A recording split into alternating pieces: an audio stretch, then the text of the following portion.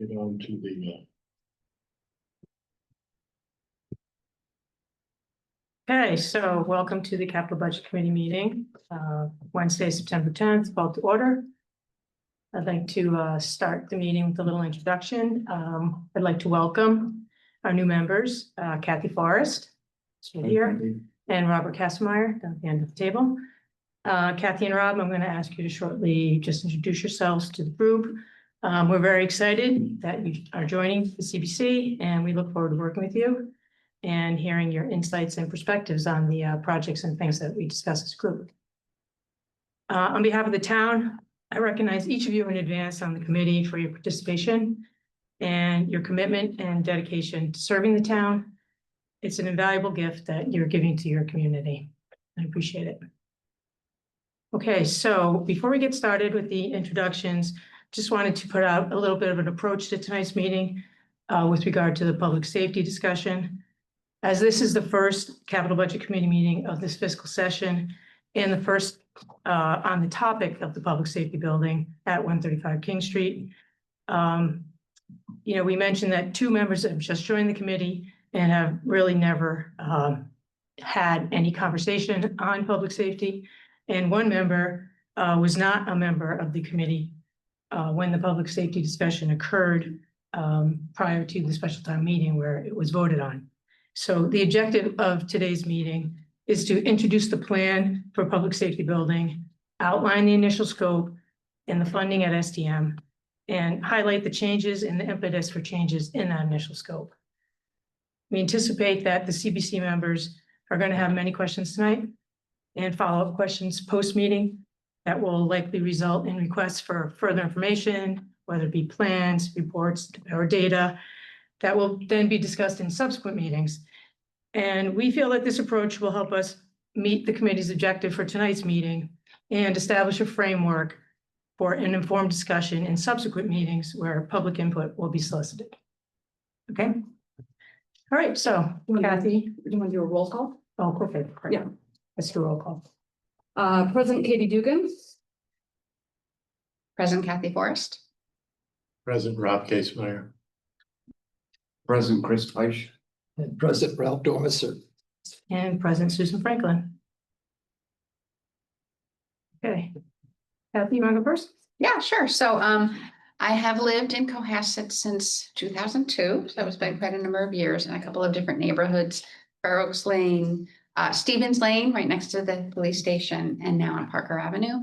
I have been in finance for over 30 years now. I worked for, I was an auditor for Pricewaterhouse for about 7 years. And then I worked as a controller at a company in London called Cadbury Schweppes for another 7 years. And then we moved here and I worked for a company called EMD Serona, which is based out of Rockland, which is a pharma company. I've also worked at the Broad Institute, which is a research institute collaboration of Harvard and MIT.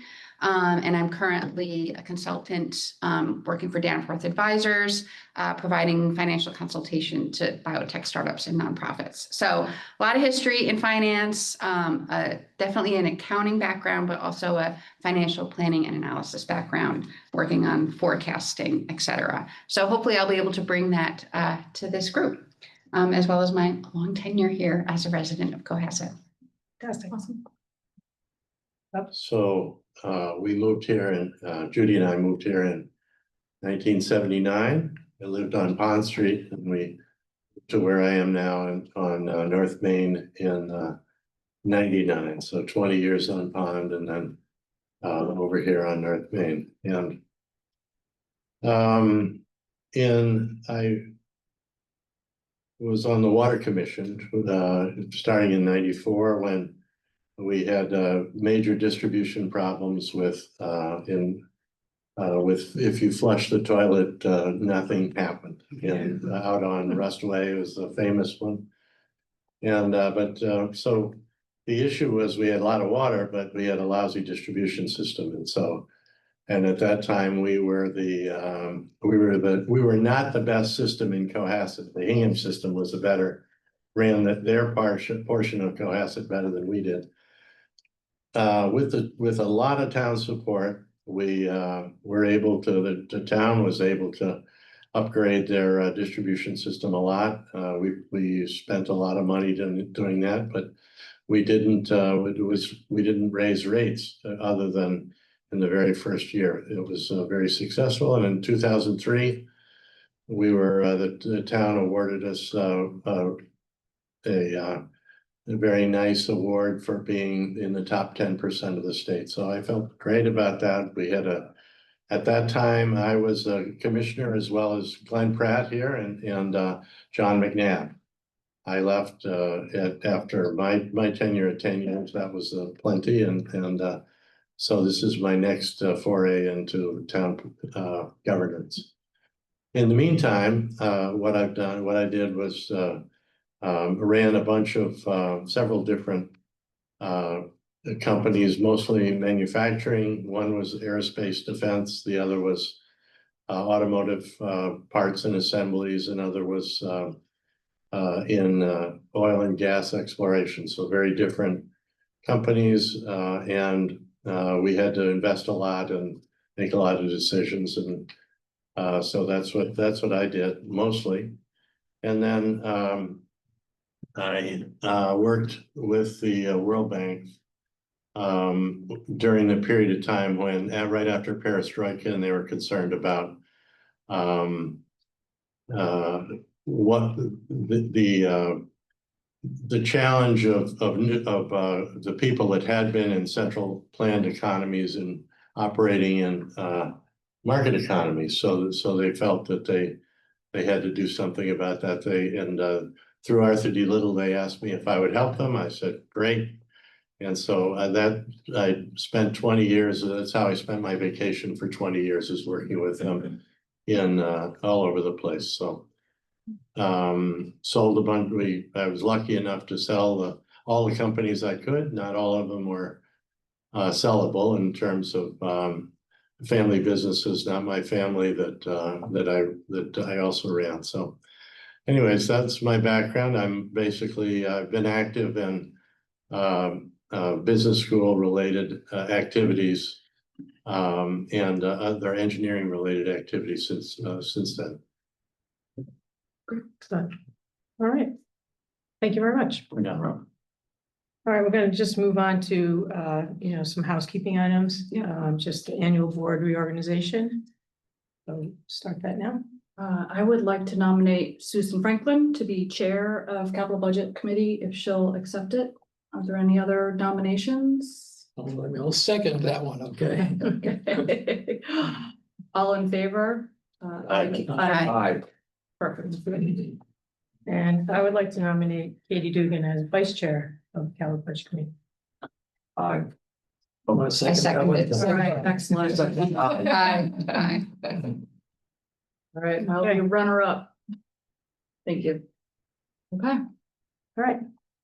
So we're ready to start the presentation on the public safety building. Okay, would you like us to come up? Yeah, do you wanna just introduce and, yeah. So here tonight to present, we have Dan Plata, who is our OPM. We have Amy Dunlap, who is our lead architect from HKT. Jeff, I'm sorry, your last name escapes me. Blanchard is our fire consultant who has performed the runtime studies. And then we have Chief Dockeray and Chief Quigley here as well. Okay. So Oh. Gotcha. Just a little. Yeah. Screaming. Yeah, that's great. For a long time, as Ralph and Susan know, the Capital used to meet in the basement of our town hall, and it was a very cozy environment, albeit a bit damp. at times. Yeah. I've been in that room. Yes. I understand. Exactly, but it was cozy because we had a table and everybody just sort of circled up and. And I've been on Parker Ave 1,000 times. Yeah, we have configuration. So I'm like, oh, Oh, nice. so I hope I didn't bother you. So, so I'm the OPM, I don't know if you all know what an OPM is, but Or as project manager. Is that- Yeah, we're independent of everybody to make sure that we follow the law and keep everybody on track budget and schedule. You had asked if we could talk about the differences between the original scope and the new scope. This team was hired after your town meeting.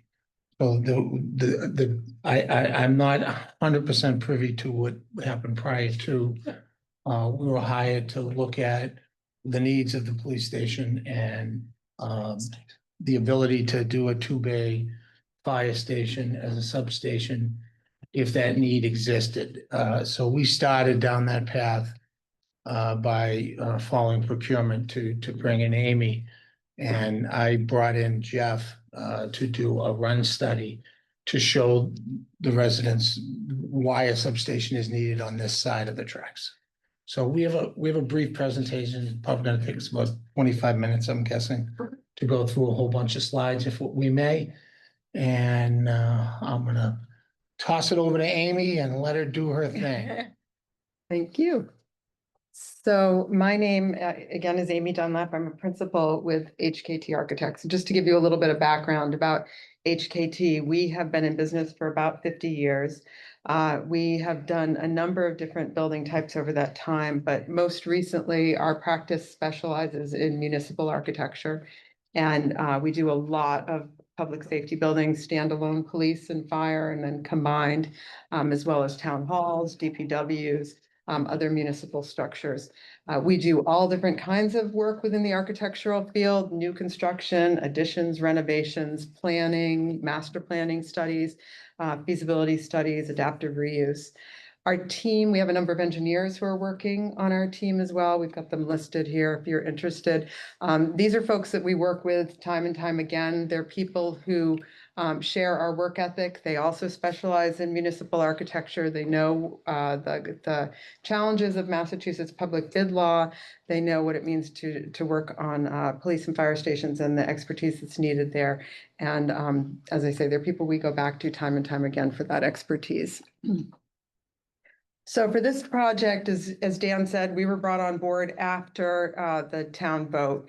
And this is just a quick outline of the process that we took with the committee on this. We started out by doing some existing conditions assessment and due diligence, and at the same time developing a program. And I'll talk a little bit more about both of those things in a minute. That's really giving you the foundation that you need to start the design work. And once you have that foundation, you go into the traditional steps of design, which is schematic design, where you start to put all of those building components together, come up with some concepts, run them by the client, both in terms of plans and elevations.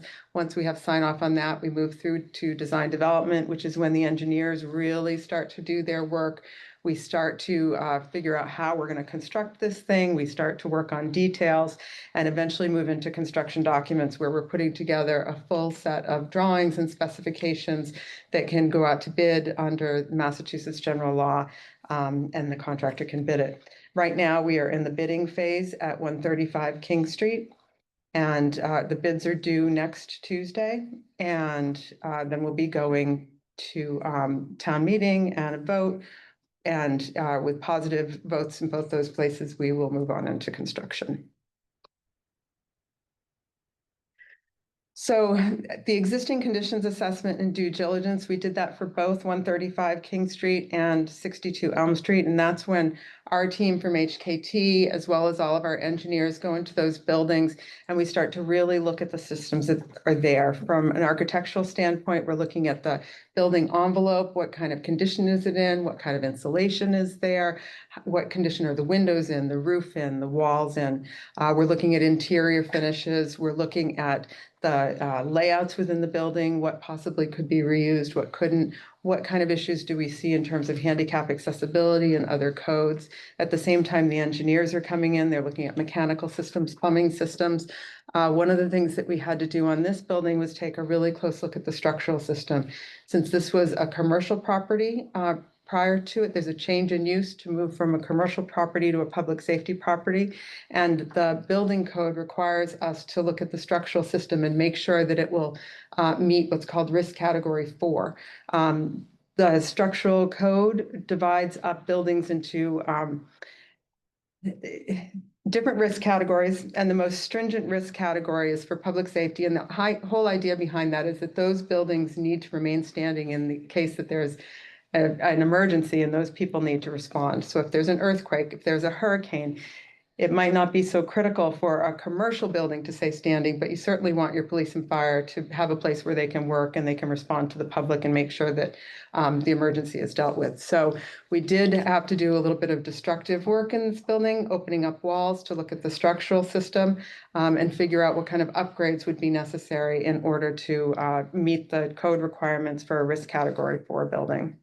At the same time, we started doing surveys, topographical surveys, so that we'd have the information that the civil engineers and the landscape architects needed, figure out where all the underground utilities are, and we did some hazardous materials testing in these buildings. Were there any hazardous materials? There was a little bit of asbestos in this building, yeah.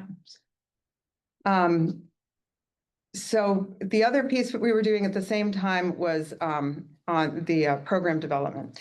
And this is where we figure out what spaces are needed for each of the departments. We start this process out the same way for almost every project we're working on. We send out a detailed questionnaire to the end users and ask them to answer some questions about what they need for spaces now and what they're seeing in the future. We ask them to project what their staff increases will be, if they're going to have more equipment, if they're going to have more apparatus in the future.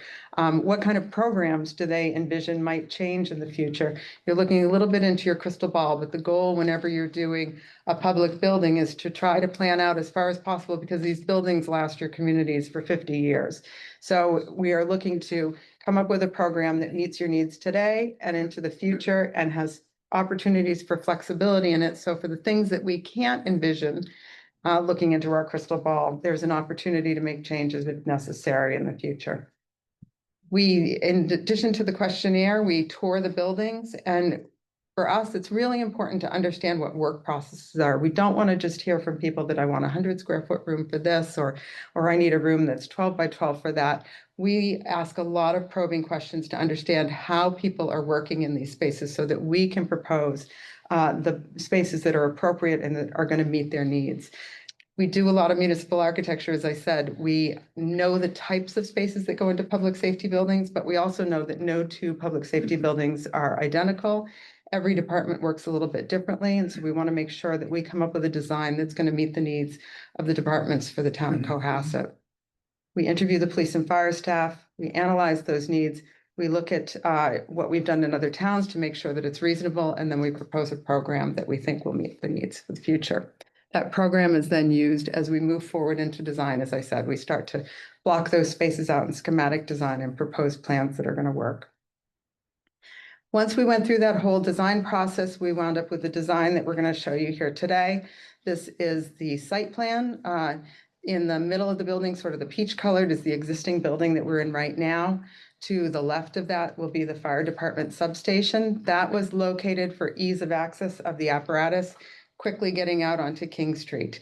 We didn't want that apparatus to have to drive through a parking lot area and juggle their getting out with other vehicles there. So they have quick, easy, direct access straight out the driveway and onto King Street. On the right-hand side of the building is the police department addition for the detention. They will also have a garage space for a sally port and for some other vehicles for impound. And as well as detention cells. And so all of that is over in an addition on the right-hand side. There's a driveway that goes around to the right of the police department detention wing. You can see a driveway that goes to the back portion of the site for some additional parking for the police department. And then plantings and site elements were chosen to enhance the site and be low maintenance for a municipal facility. And we were relocating some of the existing utilities to make the plan work as well. Is there a reason why the detention needed to be in addition and not in the existing building? Was it a structural issue or? So the existing building wasn't large enough to accommodate the entire building program. So we knew we were going to have an addition. The garage spaces could not be accommodated in the existing building because of the floor to floor height and the clearance that you needed for the vehicles. So there wouldn't have been enough room underneath structure, underneath ductwork, things like that. So it made sense to put that Sally port outside of the building footprint. And then just because of the Department of Public Health regulations for how you bring detainees in, how you get them into booking and how you get them into cells and all that has to be closely located to one another adjacent. So it made sense to put that into the addition as well. Can I just pause in terms of the definition of Sally Port? Am I thinking about it correctly in that it is basically a bay that you drive a vehicle into and can securely unload a prisoner or a Yes. detainee or whatever we're calling them? Yes, And get them to detention and booking? that is exactly So correct. basically, it's a garage that you pull into that's secure and allows you single access entry into the building. Exactly, and the doors are interlocked, so the police vehicle opens up the garage door, goes into the building, and then the doors into the detention area won't open up until that garage door is closed, so that they are in a secure space with the detainee can't get out. And then they go into the booking area, they process the detainee, do all the paperwork that needs to be done, fingerprint them, those things, and then right immediately off of that, there are detention cells. I should go to the next plan and you can see. Yeah, that's great. So, And I presume that there are different configurations that you can use for Sally Ports, or is there just one standard that's used for municipal building? I mean, there are different ways that you can configure the whole detention area, certainly, and a lot of times it's site dependent how it all lays out. There are certain requirements from the Department of Public Health regarding the size of cells, the configuration of cells. They need to be sight and sound separate from one another so that if you, for male and female, so that if you had, for example, a male and female who were in an argument with one another and they were both detained, you wouldn't want one of them to be yelling and threatening and be able to hear or see the other person. So there are some regulations like that we have to follow. And then it's best practices in making sure that it's safe workflow for the officers so that, you can imagine when these detainees come in, sometimes they have been intoxicated, they can be agitated. We want to make sure that we get them into the building as quickly, as easily, as safely as possible, and then into the cells. Okay. So you get a better sense of that layout here. Let me see if I can point. I can. So here's the garage door. The vehicle would pull into the Sally Port. They could open this door, bring them into this vestibule. If they were bringing multiple people in at the same time, they could put someone into the holding cell here while they brought someone else into the booking area, fingerprinted them, did all the paperwork and all, and then could bring them into the cell. You can see here we have one cell we've designated as the female cell. There's a little vestibule corridor here, and the door is oriented in a way so that if you were bringing someone then down into the male cell area, they couldn't see one another. Okay. And the two vehicle bays next to that, next to the Sally Port, the intention is? So sometimes there is a vehicle that has to be brought in for impound or to take evidence from it. The police department would have the opportunity to do that kind of work on those vehicles. But there's two. Yeah, I don't know, Chief Quigley, if you want to talk a little bit about. So the Sally Port is a sterile area, Yeah. so you wouldn't like store tires or lawn tools or anything like Yeah. that. There's nothing in there. It's just used for Yep. prisoners specifically. The bay in the middle is maintenance. Okay. Vehicle tires, light maintenance, washing cars, things like that.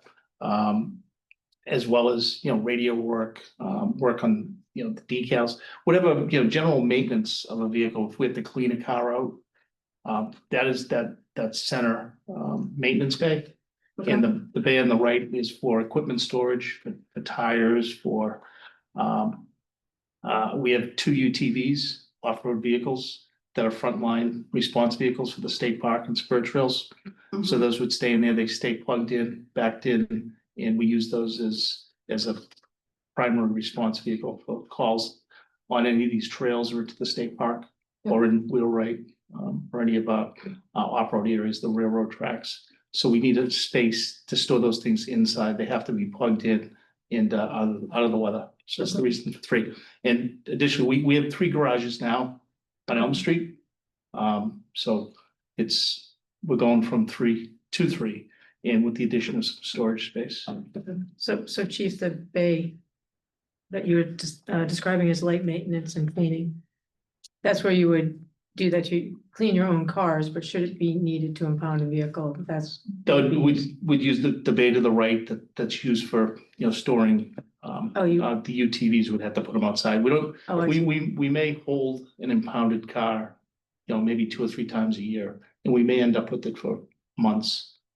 So the alternative is to pay a record company to hold that vehicle securely as evidence.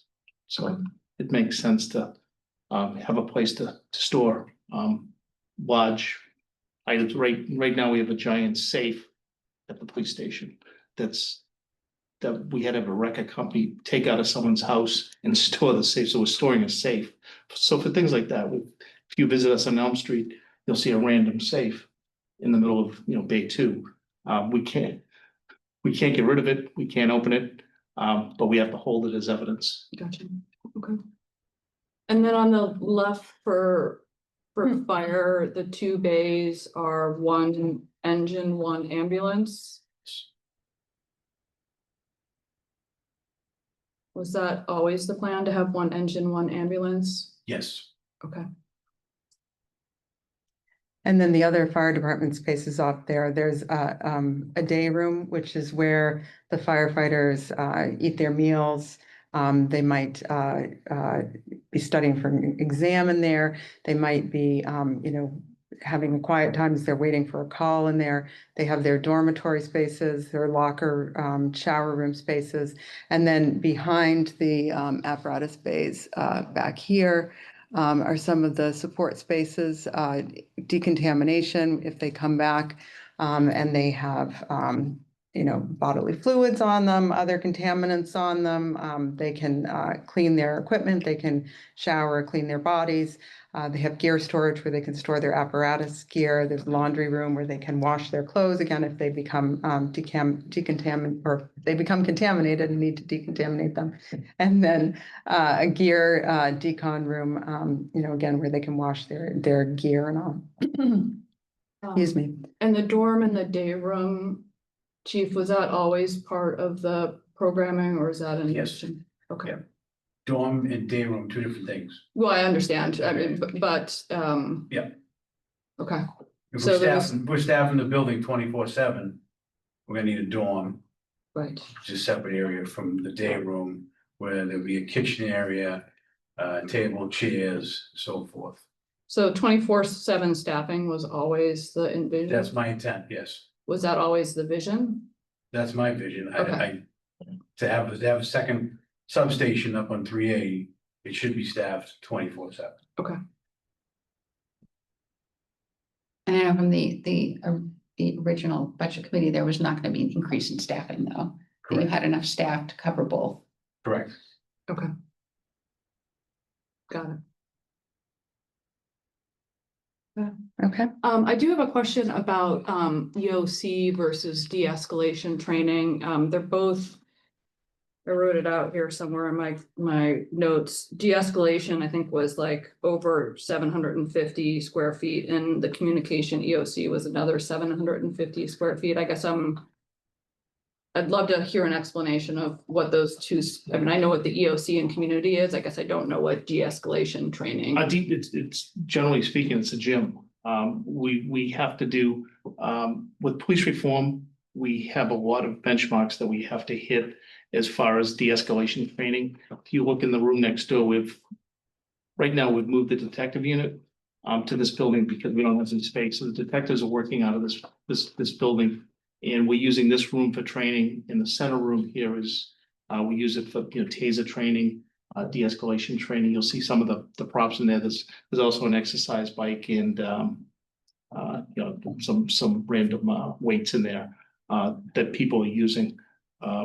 But we currently don't have a space to do with like TASER training and then the de-escalation training that's required now, we've used the high school gym, but it's disruptive because you have 15 or 18 police officers in the school and we're firing tasers.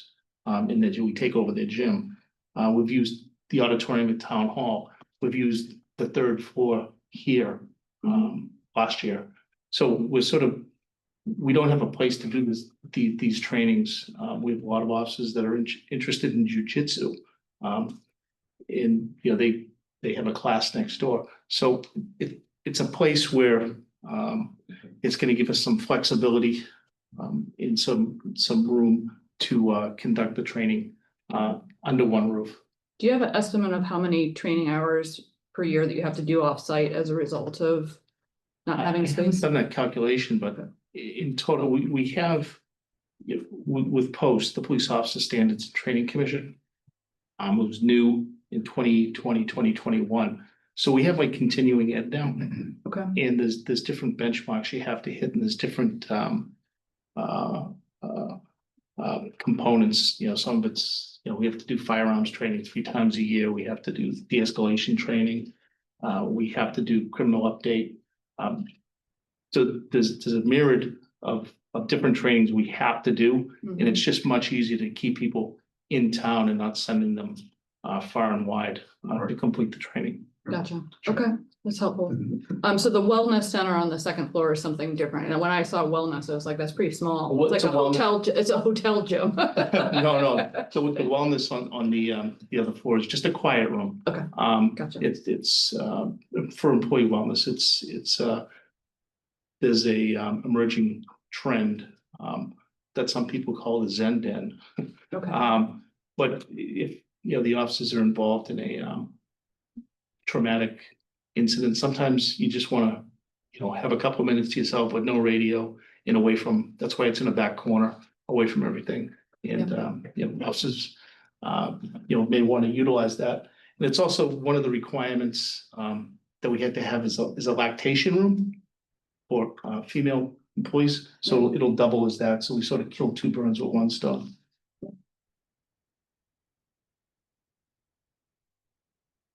I jumped ahead to the second floor. I don't know if you have any other questions on the first floor. The one thing we didn't really talk about is just the general flow for the public. The main entrance is located where it's currently located. The public will come into a lobby space and they will have access to the community room for meetings, and then a reception point here, the police department, administration, the chief, the executive officer, and a conference room, archives, and then report writing. And as we said, the detention area over here. And then off the lobby, there's another door that leads into the fire department substation, as well as the vestibule entrance over here to the fire department substation. Okay. And Michelle, the community room, the vision is that people will be able to book that for meetings. I mean, I know today we only have 2 spaces really at Wolcott. There's nothing at Town Hall. Correct. Envisioned. And when you have a meeting with a senator or congressman, like it's nice to bring them to a place other than. Any public meetings. Okay. Right. So for the second floor plan in the existing building here, it's going to be largely police department operations and staff support. So we have the roll call room, we have spaces, office spaces for detectives and sergeants. We have the evidence room, processing rooms, interview rooms, locker rooms, a lunchroom for the staff, as well as some toilet facilities and some different mechanical, electrical spaces. And we talked, there's an entrance from the parking lot. So the upper parking lot is located up here. If you remember the site plan, there's an entrance through the vestibule here for staff to come in this way, some additional meeting rooms. Sort of a soft cell for if you were to have a juvenile that was brought in and needed to be held, they would be not held in a detention cell, but in a sort of a soft room where you can watch over them. That would be there above. So the fire department substation here, this is a double height space for the apparatus. You can imagine the garage needs quite a bit of height for the vehicles. And then on the back portion of the building here over the dorm rooms is where the main electric room, mechanical room, and some storage spaces. And all of that is accessed from the exterior of the building up on the upper parking lot level. One question in terms of the office space on the second floor, what is the current amount of office space now at 62 Elm? We know, Currently, it's at 62 Elm. I have an office and a bathroom at 62 Elm. yeah, I share an admin assistant, a full-time admin assistant with Chief Dockeray. She has an office space. She runs the business of the police department and fire department, payroll, Yep. accounts payable, accounts receivable. There's an office with a desk clerk at the front of the station. And there's an office that the sergeants are in at the back of the station. There's also a couple closets that we've converted into office space for the natural resource officer. And a bunch of other closets that we've converted into file storage rooms. You'll notice on that there's an AV room or a Zoom room. Most of the minor court hearings now are done via Zoom. So the officers, we don't have to send officers to Quincy anymore. We can do it right in the house, but they need right now they were doing it before we acquired this building. They were doing their Zoom court appearances in the front seats of their cars because they didn't have any privacy, and you're in a court hearing, it's for real. It's a legitimate court hearing. So our prosecutor, Dan Williams, he'd be in the front seat of a cruiser in the parking lot, on his phone, his personal phone, doing a court hearing. So we've moved, when we have court now, we move this backdrop over to here, and he does the hearings in this room right now. So it's a little bit more professional, and we can close the door and give him, the privacy that they need, because some of these cases that are being heard are, it's about domestic violence, it's about all kinds of things, elder abuse. So we don't want to be doing that in a public space. We want to be able to close you off and put you in a room so you have some privacy. is the sergeant space in 62 Elm the one that you have to pass through the interview space to get to? Yes. Okay. Yeah, awesome. there's actually within the interview room alone, one of the lieutenants, the executive officer, is off of that lunch. It's sort of an everything room. It's the interview room, it's the lunch room, it's roll call. But if there's an interview going, we have to record. We have to video and audio record all sorry to be talking over your shoulder. We have to video and audio record all of the interviews now. There's a system. The room is hooked up with video, and it's wired for sound. If the detectives are using that room, the lieutenant is stuck in his office, and these interviews, last sometimes hours. So he has to go out the window, which happens, which is, sounds ridiculous, but he's stuck. There's no other way out. You can't walk through the interview, Yeah. Or he can't get into his office because they're doing an interview. So he's basically out of service Okay. until that interview is finished. Awesome. And then the detectives are already out of the building and they're over here at The 130 detectives have Bucking. moved over here. Right. It would be great to get an org chart of the police department. Sure. Yeah. No problem at all. Okay. It's actually on our website. It is, okay, great. I can send it to you offline. Yeah, if you send it to me, I'll make sure it gets to the full Absolutely. committee. And then the uppermost level of this building right now is actually, it's a mezzanine space that was built in the past, built into double height space. And we will be reusing that in the future as a sort of a mechanical attic. It will largely be a mechanical room and also a server room for the building as well as the town's data center. If I'm remembering correctly, the existing use report pointed out that under occupancy, you can actually not put people up there, or you could put like a very That's, limited number of units. yes, Less than yes, 10. yes, there's some. Report. You did. I read the report. I didn't want to get into the weeds, but I'm glad you read that. Yes, there's some complicating code issues with it. Mainly, there's only one means of egress out of the space. which is that one stair. So we can really only use this one existing stair here. There's no other way to get out of that space. So it could really only be used for mechanical without, trying to build a connection to another stair in the building. So. What is exactly in the town data center? Is that just equipment or No, I think it's the servers for the town. servers? It's just equipment. And Yeah, Michelle, this those equipment, are yeah. where now? The town data center is, there's some at Wilcott Commons. Yeah. And they're gonna be moved. Say it again, I'm not sure I heard you. Wilcott Commons, It is at Wilcott Common, but that's just a replication of the current one in the high school. Is this a third replication? The one at Wilcott Commons it's under sprinklers. it's gonna move here. Yeah, it has to move because if the sprinklers go off, that's the end of the town data center. Okay, so we're not going where we said we were going to go, as I understand it, which is we're going to go to just cloud services and we're going. I can't speak to that. Okay, we've got to have replication here. You'd have to ask IT that, but this is the space that they've asked for, and they said this would be a good That's offsite space. Okay. To store town data. Maybe we'll put that on the follow-up list. Oh, yeah. Mhm. Oh, yeah.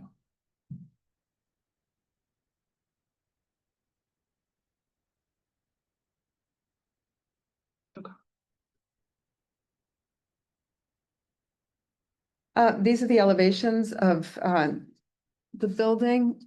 If you look, this is the view from 3A from King Street. The existing portion of the building is right here. We've got the fire department substation, and then we've got the police detention addition over here. The additions were designed to try to complement the existing architecture, to pick up on the existing roof line. We are matching the existing brick in the new additions. And then the other materials that you see there, the sort of off-white color shown in the renderings is a fiber cement panel, which would be pre-finished. All the materials try to be as durable as possible, as low maintenance as possible, given that it's a municipal structure. And then we have an accent color cladding at the entrance here and some enlarged window openings and a canopy here to mark the public entrance, give it a little more prominence and visibility, folks. And we have some glazing up above the apparatus bay doors and some glazing up high over some of the spaces in the police department garages to try to let some natural light into those spaces. And this is a rendering of what the exterior will look like from King Street. Can we just pause before we jump into Sure. dispatch? Is there a site plan that you could bring up just in terms of like maybe that one? I guess I'm trying to get a sense of the site work that needs to get done so maybe you could walk us through a little bit the site work that needs to happen, because obviously we're putting a bump out left and right, the existing parking, but we're adding in a driveway and all the parking in the back. So maybe you could talk to us a little bit about Sure. what that entails. Right, sure. So again, the existing building is right here. And as you know, there is some existing parking in front of the building. So we're putting the addition for the fire department on.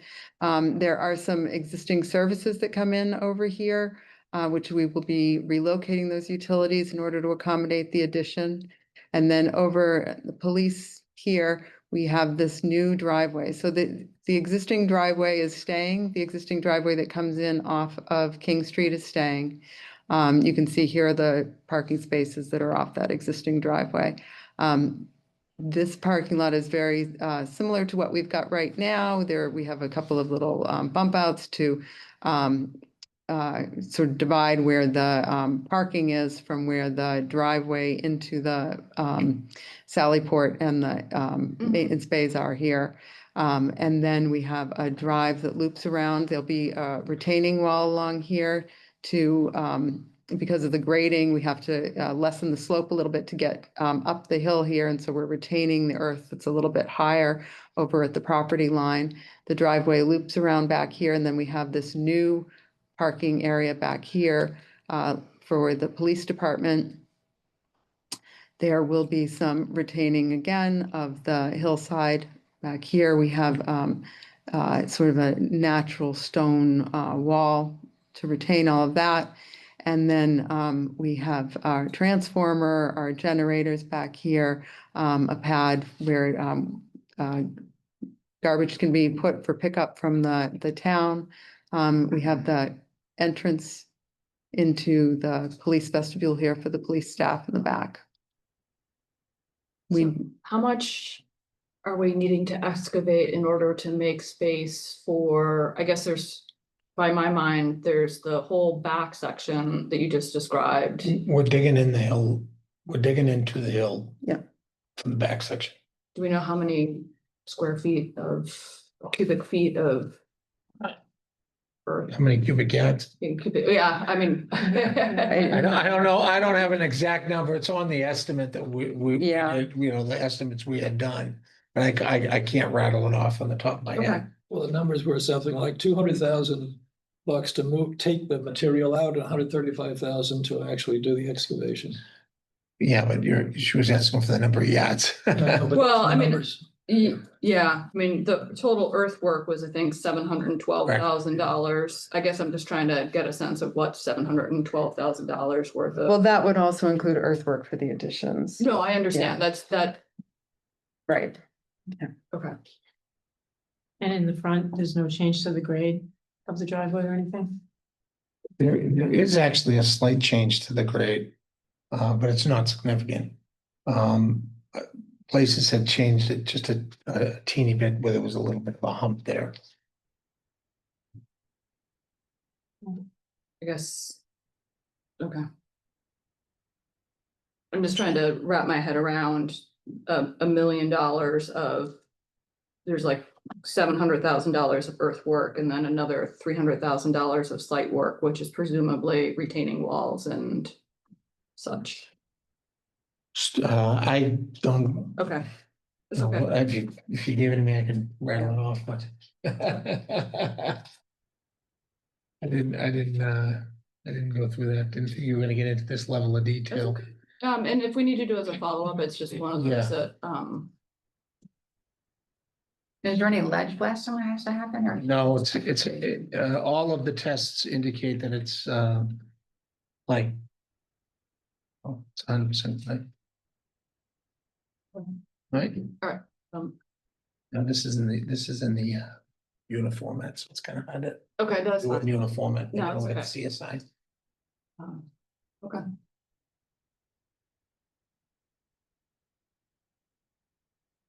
Sorry, I had to jump back, but for me, the site work was a big, just understanding the expense and the work associated with site. It's a tough site. This is not a simple site. This is a tough site. To fit the building program into this site, took a lot of meetings, and a lot of tests to determine if it could be done. And we think we came up with the most economical solution to do it.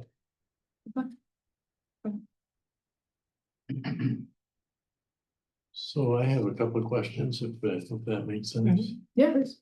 A bunch of the things that have been said have to do with what's required by the fire and police department.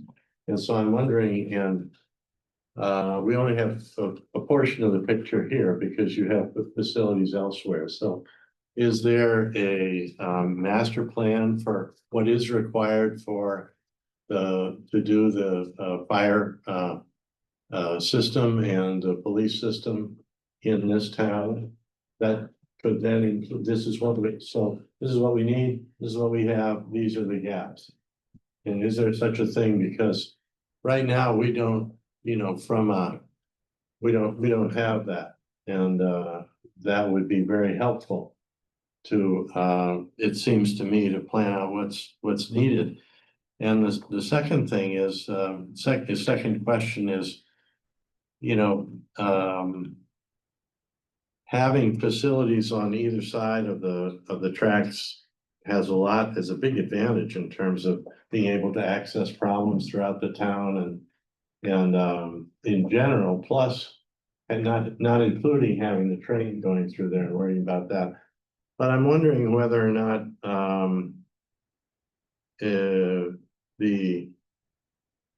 nowadays, there are very advanced communication systems, and I'm wondering whether or not you may have it already.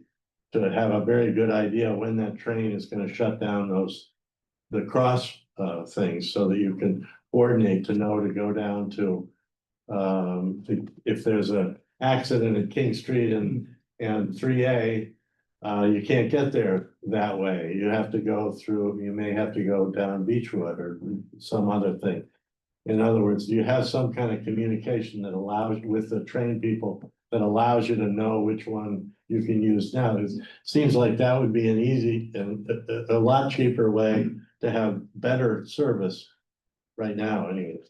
There's no electronic way that I know of that the T provides. And, you know, the best we can do now is the schedule, and as we all know, the T is not exactly on Swiss time. So it's hit or miss, you know, when they say they're supposed to be coming through. One of the other, just off the top of my head, and it's more of an issue for the fire department, really. Yeah, it's fine. We're a lot more nimble in the cruisers, but Yeah. When the gates at King Street go down, right, and the gates at Lower King Street go down, the gates on North Main are down as well. So Yes. it's such a short run and the train is moving. So you get multiple crossings down, and if there's something on that passing track, there's a passing lane right behind your house.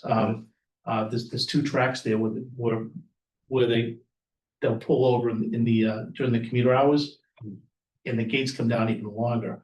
So what we're seeing is, you know, if you're stuck at Pleasant Street, it could be up to almost 2 minutes.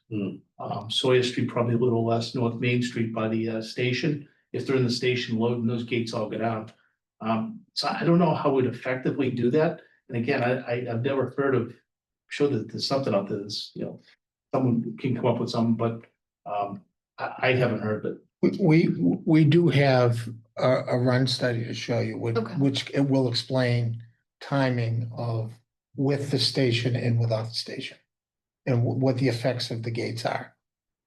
Yeah, the issue is that it should be very straightforward, and I would be amazed, it's not just us, it's Washington, New York, every place with a commuter rail and a subway. The ability to notify basic course and town services that you've got a problem on, or, you know, and that you can't access that cross street. Or because the station's down, because the train's there, or what are expected to be there in 30 seconds. That should be available someplace. We're not unique in this at all, it seems to me. So in terms of cost control and just better service, that's would seem to me to be something of import.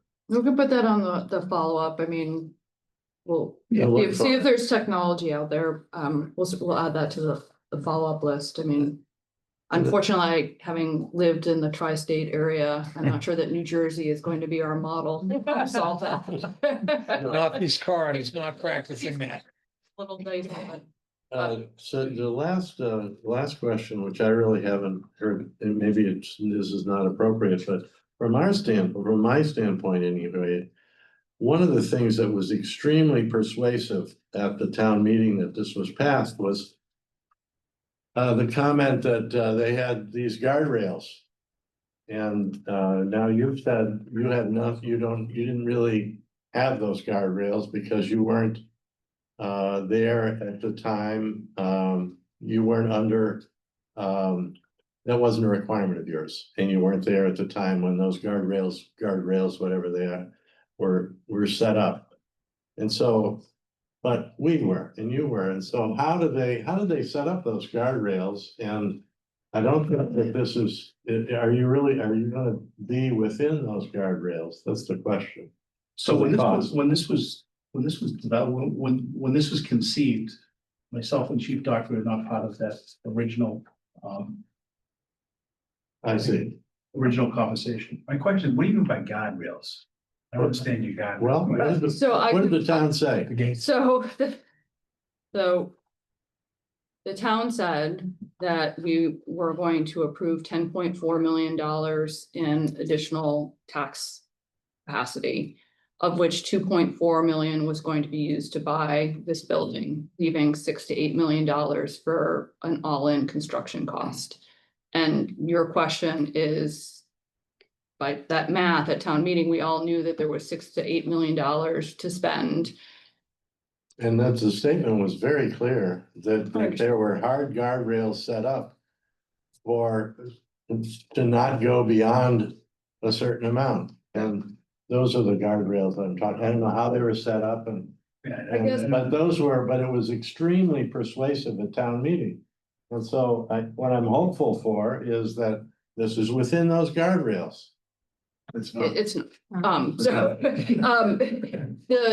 I guess the question, corollary question I have to that is that it sounds like you took over and started the program development, which was a detailed questionnaire, interviews, tours, learning how people work. That informed the space needs. Mhm. Is there a copy of that program development that was done? Because to me, that's where a gap developed in between. I mean, there's several gaps that happened, but one of the gaps is that we had $6 to $8 million to spend. And then we did program design, which went from an envelope of 13,800 square feet to now add, 10,005 on each side. So I think you could make that argument. There's also more to that. I mean, bringing the building from level 2 to risk 4, risk 2 to risk 4, level 2 to level 4. Is a pretty big cost. And while we were looking at this building, the amount of work that we needed to do to bring it to that level 4 safety factor, which is required, this building's interior there wasn't much left of this building's interior, giving us the plate to start laying out the blocks for this. So the 5,800 square feet that we're seeing being pulled out, you probably didn't do this. But there was a schematic that showed there being like 5,800 square feet of ADA and level 4 and other needs. Yeah, I didn't put that together, Okay, so that's fine. I don't know what that is. So I'm just going through the process that we went through. I mean, we went through a comprehensive process. Yep. With regard to your guardrails, no, we're not within the guardrails. That's why we're here tonight. It's clear we're not within the guardrails. Public construction in Massachusetts requires us, as soon as we touch this building, we have to upgrade everything in this building under the 30% ADA rule, which is if you alter 30% of the value of an assessed value of a property, you have to upgrade everything. And we are doing that to this building. This building will be, like brand new from a structural standpoint, from a fire system standpoint, plumbing standpoint. All those systems will meet today's code, not the code of 1982 when it was built. So that when you start adding all those blocks, it starts to add up. Originally, I can't speak for the original guardrails that were set up, but I think they probably thought they could put the sally port in the building, or they thought they could put the cells in the building. And there are certain things that just couldn't go in this building from a programmatic standpoint. I think it was always the intent to have a 2-bay station on the end. I looking at some of the historical documentation, but we're here with the most efficient plan that we could come up with for the town of Cohasset. And from a public safety building standpoint, if you look at all the public safety buildings that have been built or altered in Massachusetts, this is very near the bottom. So this is a good cost. Buying the building was a good idea. You save the cost of building an entire structure but it wasn't a perfect structure. We had to alter the structure. So there are parts and pieces to this that started adding up as we were going forward. And the purchase price was 2.1, 2.4. 2.4, Yeah, 10 million. and Yeah, let me ask you a question. Okay. Right. did we overpay for the building and property? I'm not a real estate person. I wasn't here. I couldn't tell you. The assessed value, I think, was 1.2, 1 point something. 1.2. Is it possible to get the programming detail or Sure. summary of the programming detail, just so we can understand that Sure. exercise in terms of like what that generated? Sorry. Okay, Yeah. you know, I've been through this for a long time, as people know, right? So multiple other buildings where in fact the escalation has taken over. Right? And we've always said in the past that we would, that as a few of us said, there are alternatives and you need to consider the alternatives. And what drives that in this particular instance is that the difficulties of this building are both its risk profile when you bought it, its need for handicapped access, which probably is inadequate, right? The fact that the site was inadequate because in fact you're on a sloping bank and the entire backside of this building, including the back of this wall here is dirt. That's all it is, right? God willing. That dirt's staying. It's dirt. Yeah, above the ceiling is gold. But that particular dirt's staying. It just strikes one. But this is one more example where this may not be the right solution. And I know this sounds terrible. And I am not, in fact, opposed to doing the right thing for the police and fire department at all. I'm just saying, in the absence of an alternative where the difficulties of a two-story building, which is inadequate, which requires ADA compliance and everything else, why are we still not considering other options where, in fact, a simpler one-story building somewhere else than property that we own, that Cohasset owns, also on 3A, might be satisfactory. I know you shouldn't answer it tonight. You can't answer it tonight, and I know you can't. But that is obviously the kind of question that we have raised in all cases where our buildings have been, that is, these kinds of things have been rejected, even though the needs, we know that there are needs, okay? So I just come away from this saying I've been through this for so many years, and we ultimately come down to a solution of some sort, whether you agree with it or disagree with it, which generally is not the first instance. It is not. Because in this instance, this is the most difficult of the sites and everything about it. The two-story building, the lack of an elevator, the handicap access problems, the sewage systems problems. You have to have a septic system here. The drainage problems because you're coming down off a hill. Everything about this site makes it the most difficult, the most expensive thing you could possibly do. There's got to be a better solution than this. And I am not saying don't do something. I'm just saying, do I really think this is the right one? Do I really think so? Can I ask you a question? Sure. Do you know of another site? Yeah, we've got another site on 3A, which You're talking about Esposito's old pardon me, place? the old Sestito property, which is right on 3A and almost adjacent to Beechwood Street, not quite. Which we've talked about many cases in the past. So. Okay. I'm not And- saying that is, I know people, and- you'll talk about drain, you'll talk about. Well, but the reason, Lens and everything else. I understand Yeah. all those issues. But it just seems to me that this one, when you say, okay, this is it, we gotta do it this way. And we realize we're really altering this. We're like starting from scratch practically on this thing. But we're actually having to start from scratch in a building that is inadequate for the practical purposes. So I mean, that's where I am on this one. And I'm not saying don't do it. I'm just saying this does not feel right to me, to be honest with you. And a lot of people are gonna feel the same way as I do. Now, I think if there are alternatives, we've always said that in the past, but we rarely get the alternatives until we've gone through 10 different town meetings and a lot of disagreement. But anyway, that's what's likely to happen on this one too. So I've captured other sites as your comment. I mean, I would say at the time, capital budget articulated that this was an opportunity. Yeah, there was a dissent.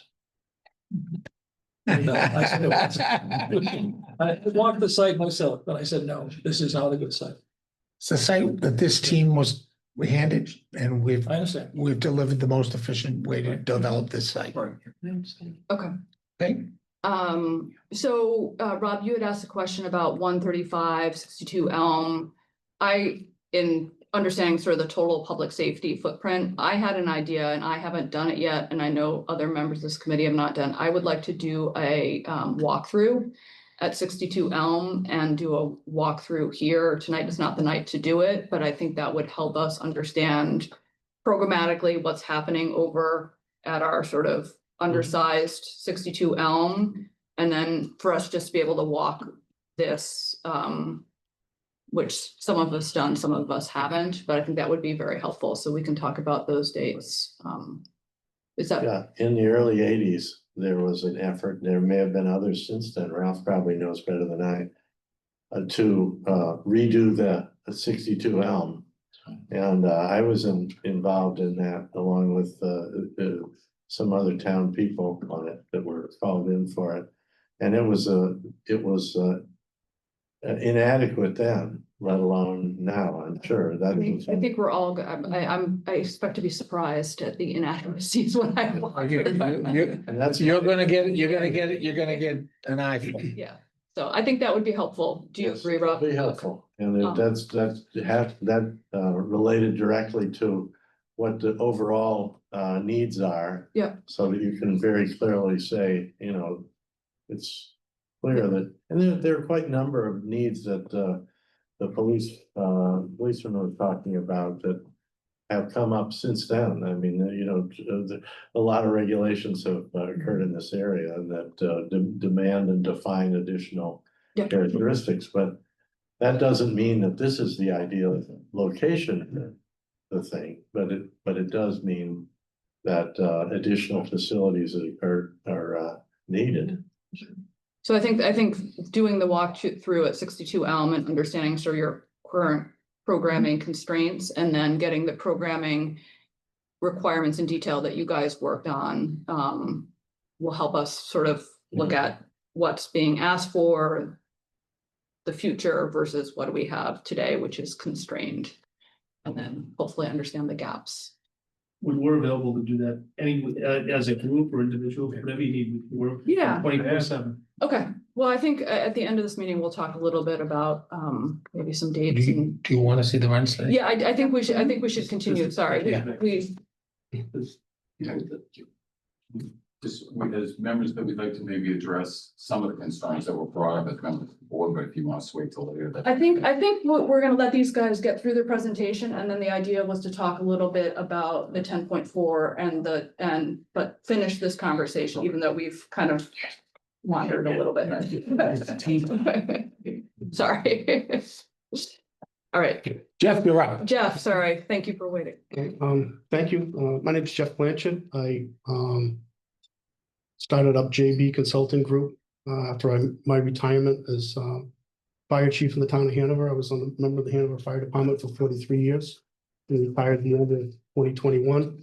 I started doing this consulting work. I use a software called Leverum Code Free Strategist, and I take a fire department's emergency call data, their historic call data, and I make a simulator, I use the software to make a simulator that mimics the responses that they've done. So we take a look at all the calls that happened in this instance, you know, all the calls that the Cohasset Fire Department responded to.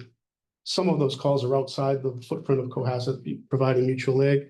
We're focusing just on the ones that happen in Cohasset and looking at specifically the response times here. When we talk about response time, I use this slide to just kind of go over what happens during a call. You know, you pick up the phone, you recognize that there's an emergency going on, you place the call. A 911 call taker picks up the phone, takes the information, and then once they have enough information, they then notify the fire department. So that first part is the dispatch time. We're not looking at that. That's not really something that the location of the fire station or staffing or anything like that really has an impact on that first part. But that second part to the top left there that's under the response time umbrella is what we're looking at. The fire department is notified. The firefighters man the appropriate apparatus. They start it up, the garage bay doors go up, and as soon as the fire truck breaks the plane of the garage doors, that's when we start looking at the travel time. And travel time goes from the time that they leave the station until they arrive in front of the address where the call is. So that's the two that I'll be talking about in the future here as we go on. It's, you'll see response time mentioned and travel time. Those are the times that are under control of the fire department. We can go to the next. Thank you. The standards that you try to meet are emergency services, fire and EMS try to meet. First one is American Heart Association. The total time from dispatch to the arrival at a patient's side should be 8 minutes or less for those people that are suffering an acute illness, either cardiac arrest or severe trauma or stroke, things like that, that are very highly time sensitive for the responders to do some sort of intervention. The Insurance Services Organization is what your insurance rates are based upon in your town. They come in every 5 to 10 years and will take a look at the fire department and evaluate its ability to provide a service to the community. And one of the things that they look at when they give the score for your community is where your engine companies are located. And they give the basic coverage to those structures that are located within 1.5 road miles from the fire station of where that engine company is staffed and located at. NFPA 1710, the National Fire Prevention Association, Protection Association, sorry, says that the first arriving engine company would have a turnout time of 1:20 and a travel time of 4 minutes. For a total response time of 5 minutes and 20 seconds, the travel time of 4 minutes is really what we'll focus on, is that travel time. Do they change these standards based on sort of suburban versus rural? I mean, I'm sort of looking at that and saying that's great, but I can think of large swaths of the United States where 5 minutes is like not even a remote dream. And they have a higher ISO number and Okay, Pay more. they pay a lot more in insurance. okay, And there's a risk associated with that. And I've done work in the Berkshires and, there are, ISO we plan. were looking at going from a 30-minute response time for the first minute arrival of an ambulance in Richmond, or it was West Stockbridge. We've gone from 30-minute arrival time down to 18 or 19-minute arrival time by making some changes, which was a significant improvement, but still beyond the scope of, those standards. I guess, how do I think about these? Are these standards that you're sort of laying out for us, like the tippity top, the number one, or is this sort of standard what you would expect in a suburban area? It's a stretch goal. So like if you're the city of Cambridge, Yeah, you're gonna meet the standard because you've got fire stations on, every corner. Yeah. In a rural area like this, you're not gonna meet the standard, but it's really like the percentage of your community that does, like Okay. what percentage are you gotcha. covering? With the higher number of percentage being the better, Gotcha. obviously. So in this instance, we were able to obtain 5 years of call data. Was a total of 9,231 calls occurring between January 1 of 2020 and December 31 of 2024. I imported those calls, plotted them on the map to show where they were occurring. There was a color assigned to them so that if the travel time, the response time was 5 minutes and 20 seconds or less, meaning that you were meeting the NFPA standard, you were getting a green dot for that call. And if it was over that, you progress through shades of green to yellow to orange to red, red being that it was greater than 8 minutes. So you see a sprinkling, you see the areas that are green that are around where the current Cohasset fire station is. That would be what you'd expect. You see a sprinkling of red that's mixed in with the green. And the reason for that is that there are calls that occur that are overlapping calls where they're tied up on a call and they're not sitting in the station. They might be down on 3A someplace in a motor vehicle accident. And then a call comes in for somebody having chest pain. And now you're either relying on them responding, breaking free from the call they're on, or a mutual aid unit arriving. That's why you see a sprinkling of colors in there. But if you look at it, generally you get an idea where you're seeing greens. That's, that's the area that you're reaching in the recommended amount of time. And if you're seeing a predominant yellow or orange, you're beyond that, the distance that can be reached from the current Cohasset fire station. The red line in the middle is the railroad.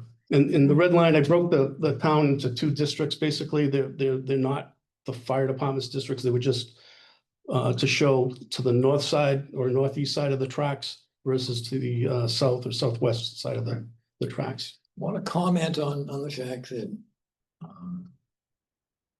on the west side of the tracks, there is one dominant spot. What is that one about? There's one dominant where the call. There's a cluster there of, One cluster. I'm not sure. 125 King Street, Yeah, that's the 125 King, assisted living, right? right next door. Right. Oh, it's like Sunrise. Yep, Sunrise. yep. That's right. So the dominant number of calls to drive this picture as much as anything is sunrise. What drives, in fact, needing an ambulance is sunrise. They're one of our dominant calls, and then we have Evoke down the street. Right. At the Hingham line. Oh, yeah, and that too, That too. that too. And these calls are ambulance, fire and police all, Ambulance, these are EMS and fire calls. just EMS and fire, not Right, well, police. Police show it respond on all medical.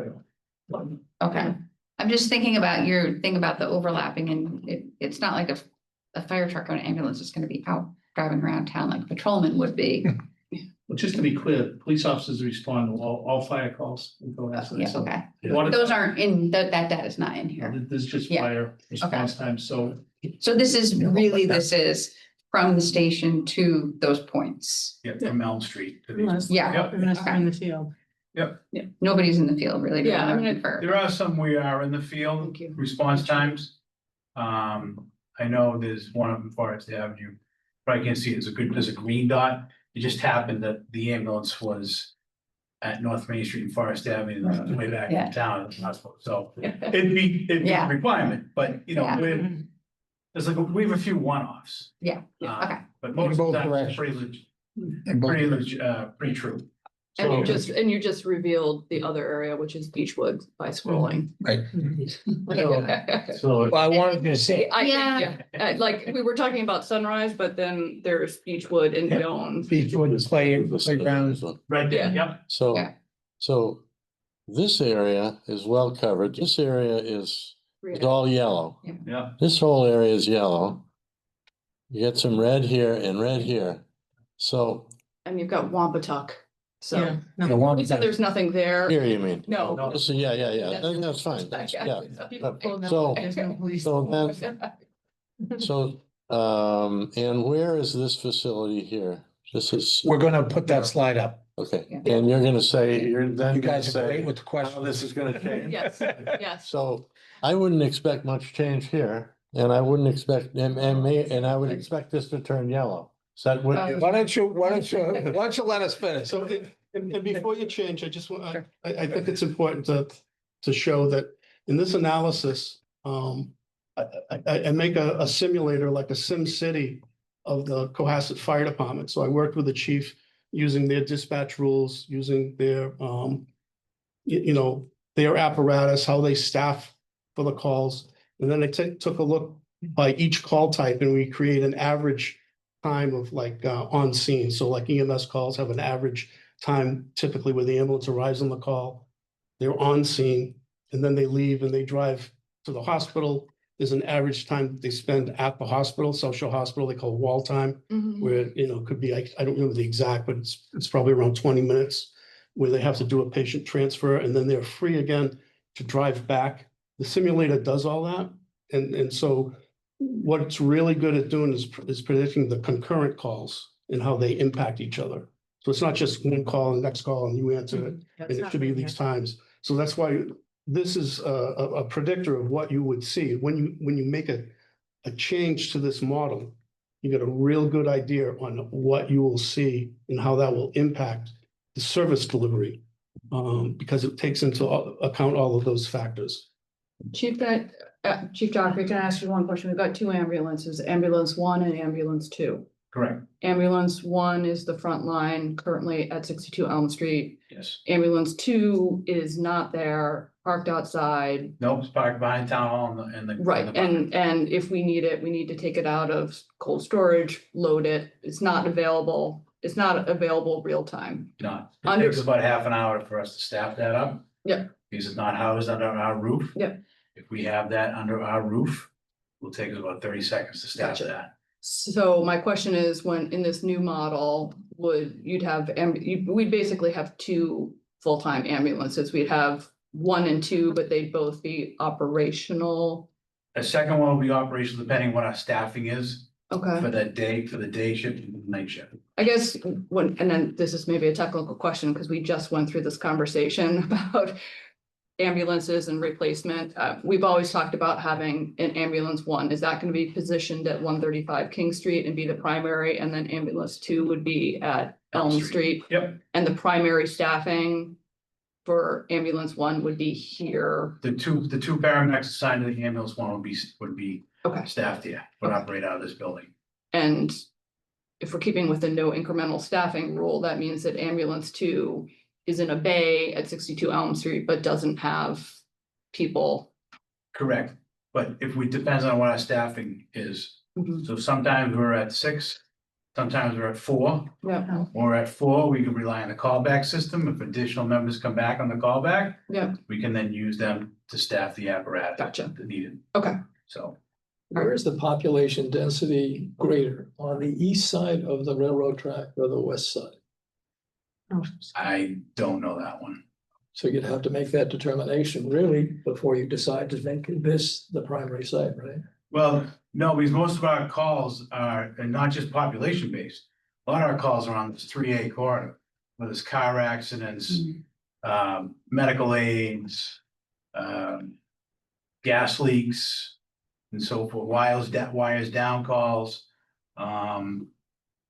So a lot of our response is in this 3A corridor. So it's just not based on population. This town is busy from 8 AM to 8 PM. We go, Evoke, not one of the individuals there are residents of Cohasset. Yeah. So they're not based on our population. This is a transient treatment facility that doesn't count towards our population numbers. That's. Where people does not- Evoke on people will that? not like that when they hear that. Evoke is on. I'll get up. Tell me if I'm wrong. Right. It doesn't actually show up as a bunch of calls. Yeah, It's like, it's practically, it's somewhere back here. Yeah. Right in this. So if Evoke is so critical, we've heard about it a bunch, why aren't there more dots on that? Because calls that occur at the same location are stacked. You can't see it's three-dimensional. Each call gets a color. Oh, That call, there could be 100 calls. Oh, I see. It could be Okay. 300 calls. that's an important thing. Yeah. So the one, So there's another- the single dot here, which is likely. It could be, it could be, That Yeah. could be, that could be a Voke right Right. there. That could have 200 calls. It's just appearing as one red dot. yeah, Right. I mean, there are other slides that aren't, Okay. that could be, we could include maybe at the next meeting to show some of that stuff. But I don't have them right now, but you could have a heat map where it would show certain call types. You could do EMS calls, you can do. Oh, fire you use actually calls. have that in your packet. Is the one coming There's a up? heat dot there for a Voke. Now, But is it included? That was on one of I the know. previous. Yeah. It's not on this one, but it's on one we. Okay. So when you do this, do you pay attention to the time of day that these calls are made We Or not. can do the analysis, how did you do it? this is just these are all the calls. You're not not weighted by time of day or anything, so, yeah. They just where they are. You could do that. We could, if you were concerned about a certain period of time, you could, That's okay. it's something that can be Just trying to done. get a feel for it. Okay. All right. Ready? Good. All right. So with a 2-station, and this one might be one you want to rock back and forth. Just to answer your question, what turns green, what turns, where the improvement is. I think if you go back and forth, you can see where the second station is. I'm not sure if you can bring that. Maybe I can. that's where we're sitting right now. That's the second station. That's your station, I think, if we go. Why are there red My dots last not on one, the the second back station? space. Will this move towards us? I was afraid to. Okay. Why is there a red dot right at the second station, right around the corner of it? When you flip to the second one? Oops. Sorry. What? Wrong thing. The right there. The red, that's the location. That is. That's the location of the station. The red dot is the. So it's. The blue. It should be purple. I wanted it to be, It doesn't mean your response time to the location. no. Just wanted to clarify. No, Put an anchor there. yeah, we can, Triangle. we'll come up, Really hoping if I'm in. we come up with it, we make it blue, so it's. So if you flip back, I want to look at the part that, yeah, I guess it's, So Forest Ave improved. okay. All right, it's just. It's the 3A 3A corridor that improves. improves really. Yeah, interesting. Is it, is that Green halfway up. the road that runs down to Jerusalem Road, that runs north? Yeah, yeah. That turns mostly Forest. green, is Forest Ave, okay, so if we go to the next slide, Oh, halfway. you see, I mean, there's a, This turn. That's what kind of saw. The short one's down, things straighten up Forest Ave, right? There's a lag, there's a word, this goes from red to. if we go to the next slide. Assuming there's no train. So that just does an average of the response times Today. today to the north of the track, to the south of the track. With the asterisks there, just, letting you know that some calls to the south of the track can be impacted at the time when I talked to Chief Dockery about what the, train delay could be. Is you could pull up to the gate just as the train leaves and you're just waiting for the gate to lift out of your way. And then you proceed, and that's, maybe a 15-second delay. Or you could get there just as the gate's coming down, and now you gotta wait 2 minutes for the train to go around. And I think to answer your question about, having some notification and maybe being able to take a different route.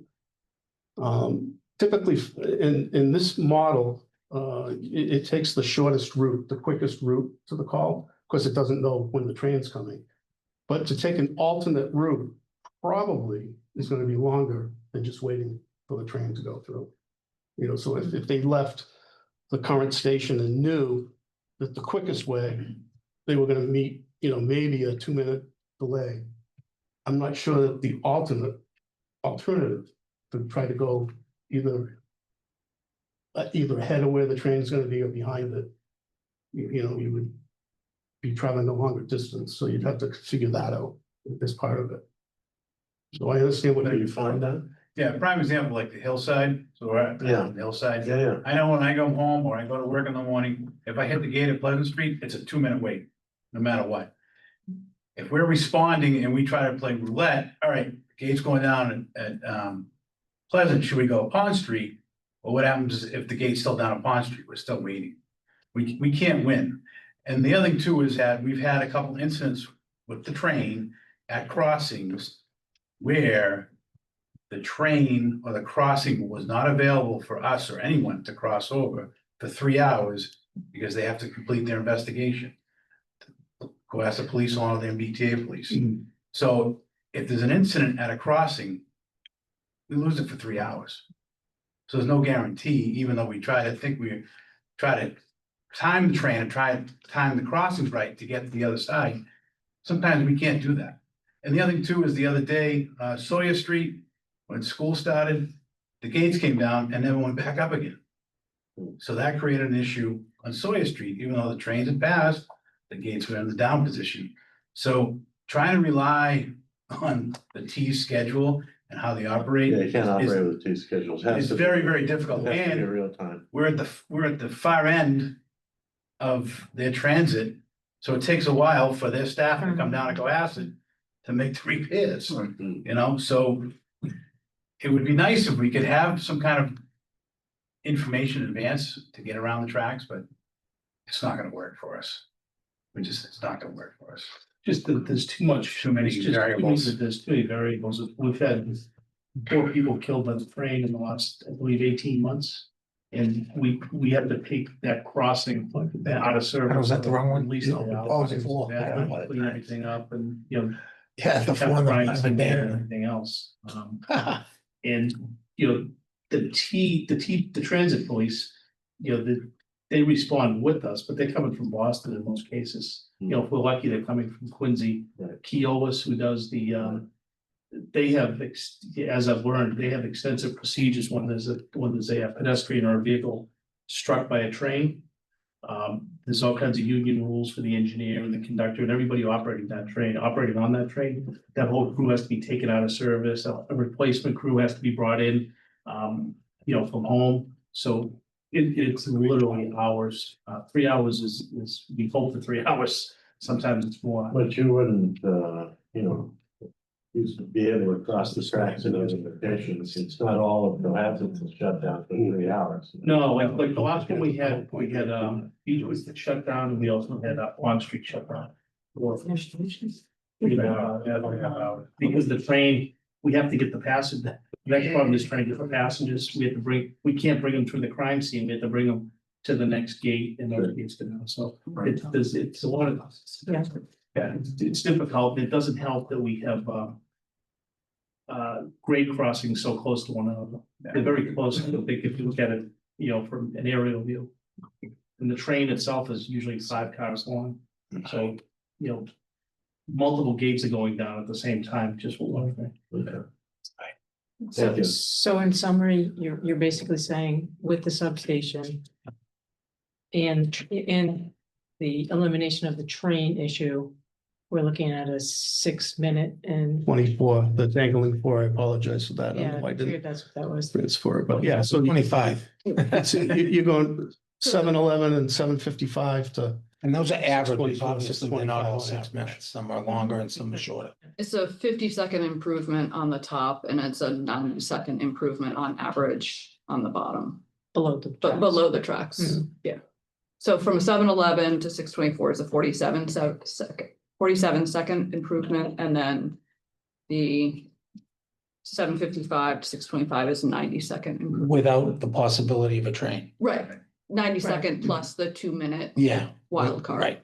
So it could be 3.5 It minutes. could be so Right. a minute and a half to 3 minute, Yeah. 3.5 minute. variable. So just for the sake of argument, what impact would that have on insurance rates for the town? It would be difficult to say. You'd have to have ISO come in, and they just changed how they rate communities. But they must have. So I'm wondering whether or not ISO could just say, for a town like this, with our new rates, you know, with our new It doesn't understand it, but. rates, then if our desired time is 4.2, then and you were at 8 and now you're at 6.2, then that would be something. Chief, do you know what your ISO rating is now? I want to say we're 3 or 4. So ISO ratings, it's like an inverse. The lower the number, the better the rating you have. Yeah. So in the scale runs from 1 to 10, where 1 you have meet every standard. You're in excellent shape. 10, you have no fire coverage at all. For most residential insurance companies that provide insurance for single-family residences, there typically isn't any improvement for ratings once you go below 5. So like there might be one for 4, but 4, 3, 2, and 1 are generally in the same.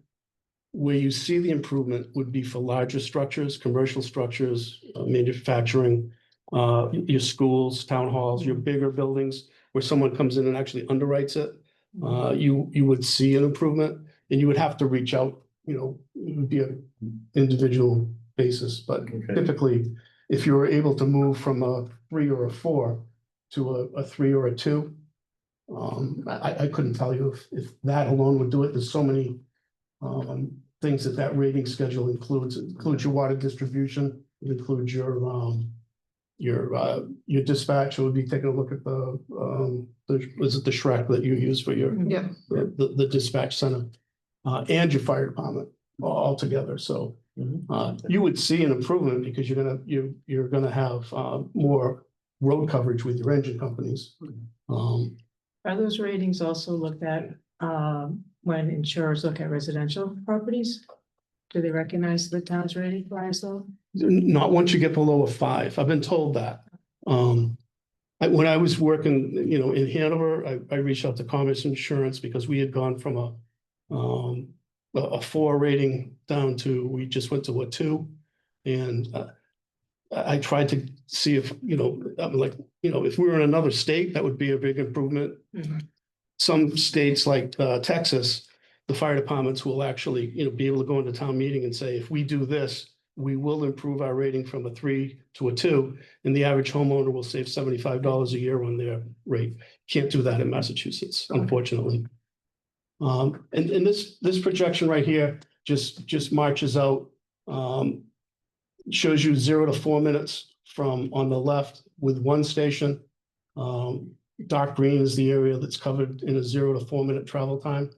And you can compare that to the dark green with 2 stations on the right where your 4 minute travel time would be, or that's the anticipated, you know, travel time there. And then progressing through brighter shades of green to yellow to orange to red as you get up to 9 to 10 minutes. Lemons Lane. And you eliminate most of your 9 to 10. What color you? I used to be on Lemons. Yeah. You didn't even have hydrants. Yeah. Okay. I know you're feeling. Dan lived in the one little patch of Hanover that was in the red zone, and then he moved to Row. Some ISO 10. Yeah. Very informative. I think that is it, Russ. I thought there was a number associated with a number of instances, like 3 instances in some period of time. What was that slide? There was one that actually indicated how many calls against a period that was like 18 months long. Oh, was that the Oh, slide? that's this slide. Oh, okay. 5 years of data, 9,231 calls. Yeah, and then you broke that down into how many calls per what, per week or what? There was no other breakdown. You didn't know. Yeah, Well, that's 5 years of data to determine where. No, that was not that one. It was one. It was one that had the specific number of calls over an 18-month period. And in fact, then broke it down as to exactly 3, less than 3, or approximately 3 per some period of time. I could probably pull it up on my screen. I was curious because people ought to see exactly how many instances where trains have interfered with. Oh, I don't know. Oh, Yeah, That's not so. Is that some? There's a slide right there. It's on that easel. It's got- On It's the wrong way. Flip the wrong way. Flip. On that easel, flip the wrong way. Okay. Yeah, you got it. I think So what you what were, was the- in 19 months, there were 60 separate times when calls were. That's for sure. So what was the final number? 3 out of what? I don't know if we know, I don't know. Yes, know the It's number. broken down. The second slide on We this just thing know is that- broken down. Yeah. So it gave you a better picture of how many times the train interfered with the actual operation of the fire engine. This is, yeah, you just do the division if you want to do that, right? You just 60 separate times divided into 19 months, basically is what it was. Came up with 3 per month or something. I think there are 2 different time periods, like the 9,231 period of 4 years. This period right here is only 19 months. I understand that. Okay. That was additionally broken down. Oh, was it? So you're trying to get down to a meaningful number, right? It was 3. However that is, you divide this into. Oh, don't forget it, but you actually have that slide and you figured it out, but you don't have it I now. think what you're getting at, Ralph, is when we look at these Yeah. slides where you show, How frequent? you show the impact of not having the train. you Yeah. know, in the metrics. Yeah. Do the dots on the screen assume some degree of interference with the calls? In this case, no, Yeah, they do not. so you're saying none of the dots. You know, have that interference in them, and then so you're almost saying like 100% weren't interfered with. Right. What's because the what it did was, what happens when you don't have a train?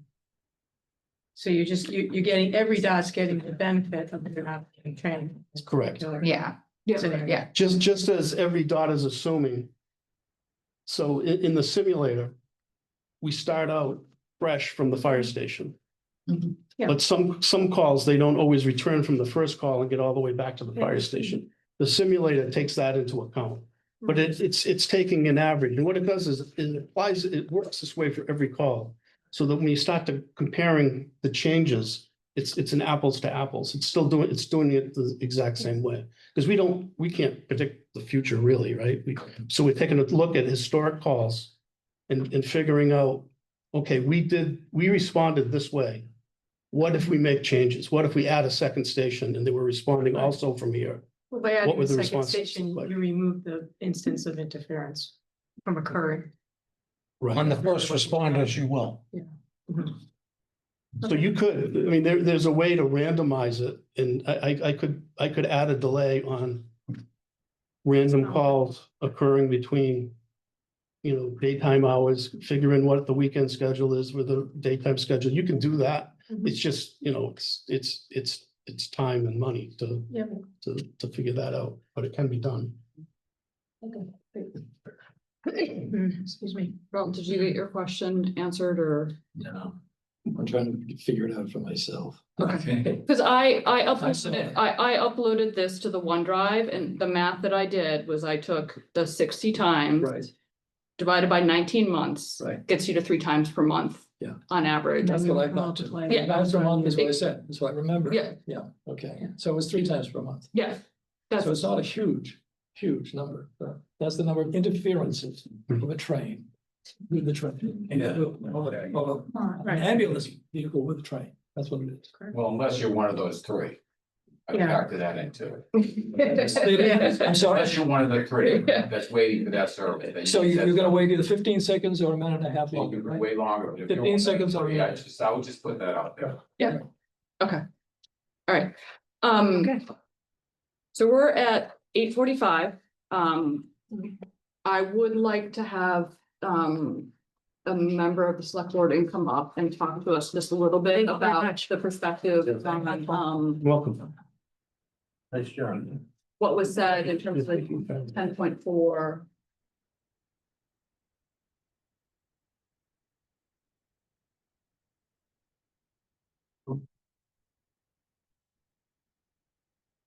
And then I would propose to the committee is that we get through this conversation and then just kind of regroup for a second and talk about how we want to chunk it up going forward. And then we've got 2 other just small items and we can get to adjourning, unless people want to stay longer, but we generally try and hold it to 2 hours for the kindness of our committee, but sometimes we don't achieve that. That happens quite frequently. Yeah, exactly. So. I think, Rob, you framed it well in that when we were at special town meeting 2 years ago in the fall.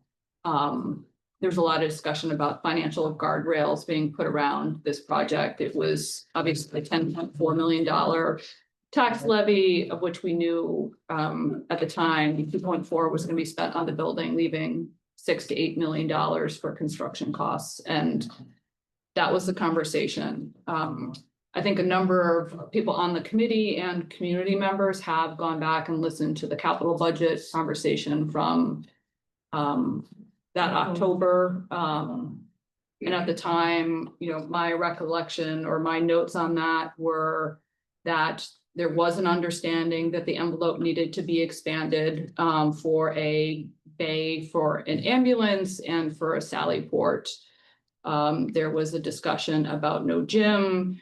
There was a discussion about no new staffing required for the fire department with the additional substation.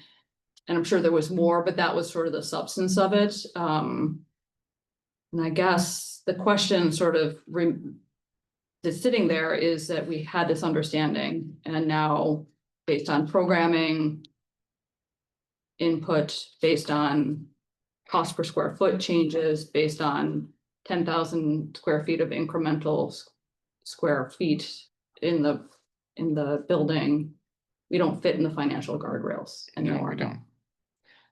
So I'm gonna talk about how we got to the number Yep. that we proposed. I'm no longer on the select board, so And I'm, maybe just to introduce I'm yourself. being Haley did both.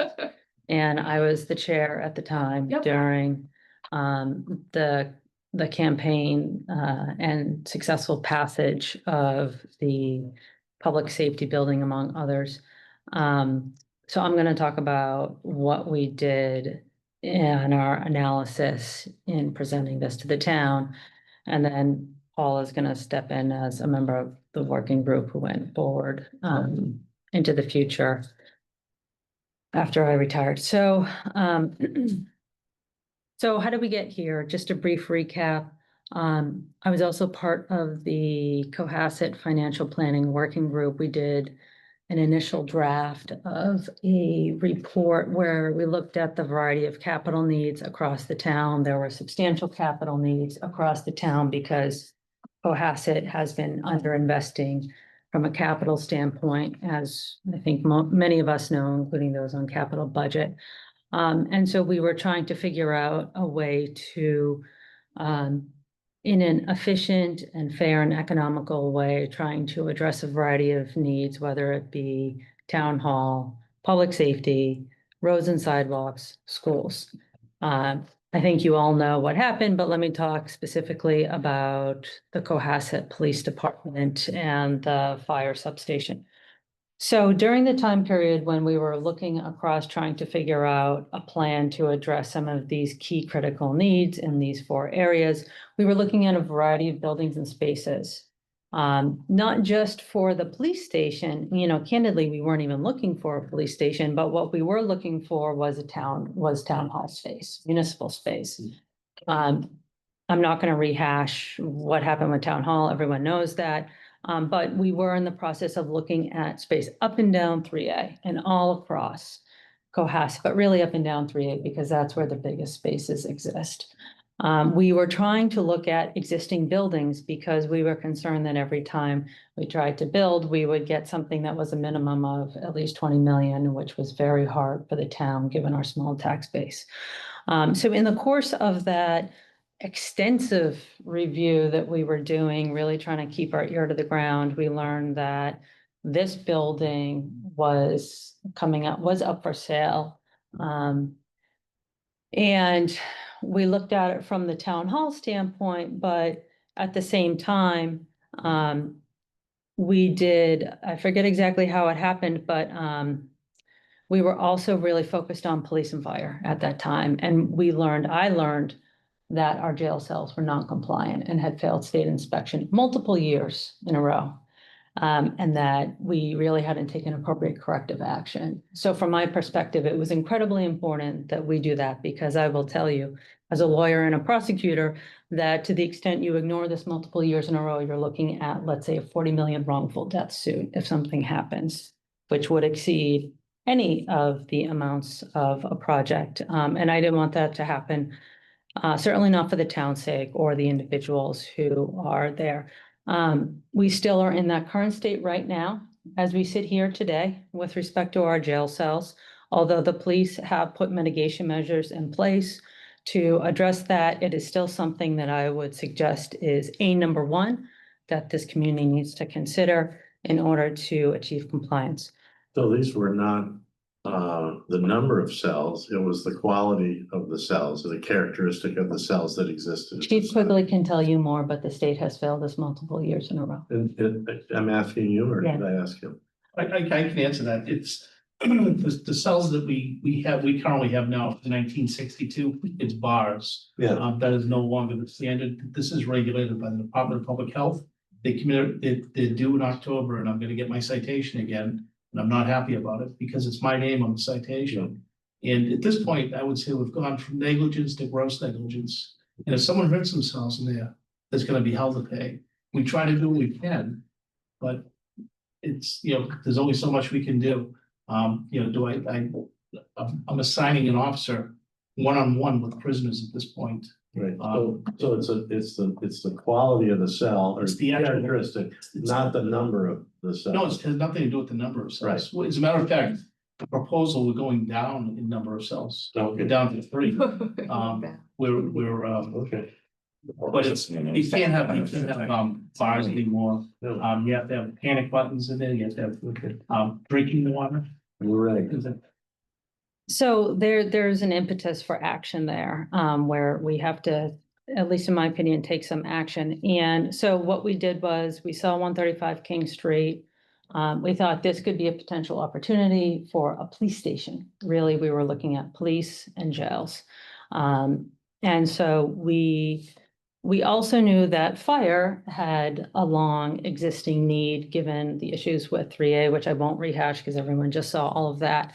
So long story short, we began to do some review. We used our internal town resources, such as our building inspector, to review 135 King Street. Keep in mind, we didn't own this building at the time. So we were in the middle of, a potential transaction. And we were arm's length with this property owner. But he was, I think, being cooperative in light of the fact that we could be a potential buyer.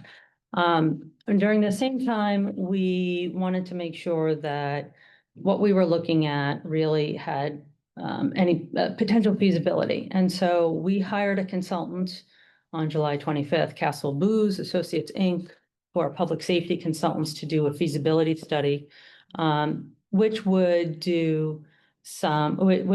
look at police programming, site planning feasibility study, preliminary structural analysis of 135 King Street, to the extent that we were permitted to do so by the current owner, which was not the town of Cohasset. And Jean, I'm sorry, the Castle Booze was prior to the special town meeting? Yes, Oh, got it. yes. That said, I would just put a caveat on Castle Booze. This was, and Michelle, correct me if I'm wrong, it was only approximately 30 to 50,000 that we ultimately paid, which in the world of public safety consultants is not a lot of money. Obviously, we spent a huge amount more on engineering plans, et cetera. But that was all the money we had in the budget. We used the town manager budget in order to hire consultants, in order to kick the tire, so to speak, on this building. So we did data gathering. We did some preliminary information from the chiefs through questionnaires. At the time, we did field observation, we did code review, we did a needs assessment, and we did some basic data gathering, including some site surveys. The information that we got back, along with the estimates we got back, was that we could put on and append the jails for approximately 2 million.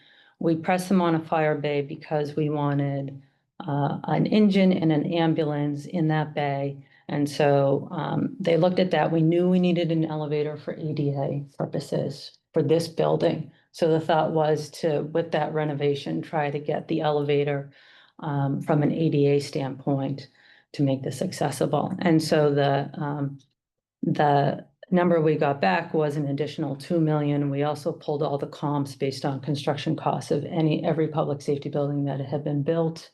I'm sorry, Jean, was the 2 million for jail cells alone, or was it for jail cells plus fire engine plus elevator? No, it was 2 million for the police addition. Okay. It was 2 million for the fire addition. And again, these are rough. No, I understand. Rough estimates, because we're not we don't have the money to hire the full-blown architect and engineering assessment, et cetera. We also pulled all the comps, and so when for all the public safety buildings that have been built, we looked and talked to folks who are in the process of building. I believe it was in Marshfield, a fire bay exactly like the type we were envisioning, and that was approximately 2 million at the time. I think that, and so we had that information. We added in an extra 2 million because we were worried about the unknowns.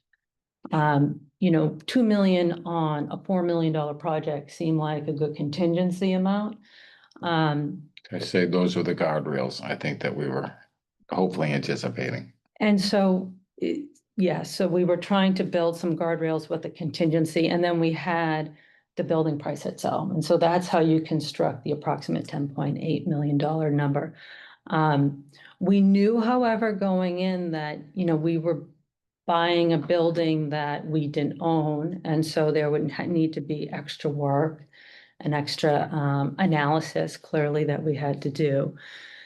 And so we did have discussions, including at the Capital Budget Committee, which I think everyone here has probably rewatched that tape about, is this a best approach? Should we get money for the plans first? But we need, we don't own the building, and so, there's a little bit of a chicken and an egg.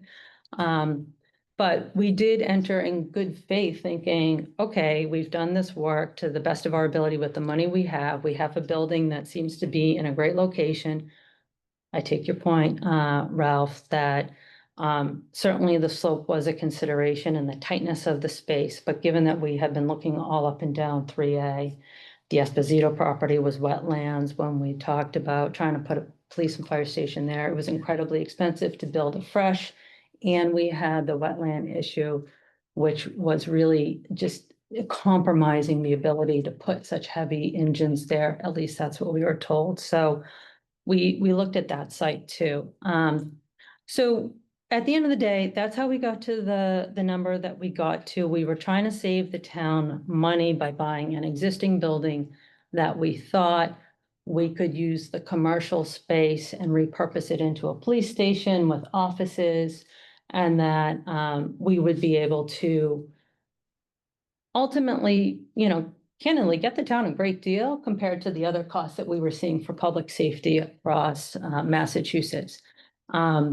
And so that's where we landed and went into town meeting and the vote with that information behind us. Excuse me. And I guess, am I leaving anything out? Again, not to say it was a perfect science, it wasn't, but done with the best intentions in order to save the town money. We looked at a couple different things when we were putting these initiatives across, is that to a degree that we have no one to blame but ourselves for kicking the can down the road for so many years on our infrastructural needs. And we're just at a point we felt that it's time to pay the piper because someone's going to have to do it. And we also looked at town hall, 2 iterations for town hall that came up. People put in an awful lot of hard work, dedication, to proposing 2 plans. But in the interim period of time, they spent an awful lot of money on plans and site work, architectural renderings, shows, and they worked their tails off. And what happened? They failed both times. So those plans are now in a drawer or on a hard drive someplace, and they're never going to see the light of day. And that's, I think it's definitely north, I think about over $2 million, give or take. It may be more, it might be a little less, I can't swear to it. So we approached a building that when we saw it, and I'm just gonna parrot exactly what Gene said, is we saw it and did we want to run the risk of losing it? We know by the MSBCA study that the best spot for a police and fire station is on the corner of Sawyer Street and 3A. Well, we let that slip away while we were engaged in studies, and the property owner purchased the land and he's doing what he's done with it. Okay, so who do we have to blame for that? Ourselves, for letting it slip away. So we saw an opportunity. And again, I emphasize, and I said this at a meeting, for the things that people feel that we did, it was done with best intentions, but this is a building that would have been sold. And then we back to square one. And again, we did look at the Esposito property, Ralph, and it is wetlands. We can't do anything with it.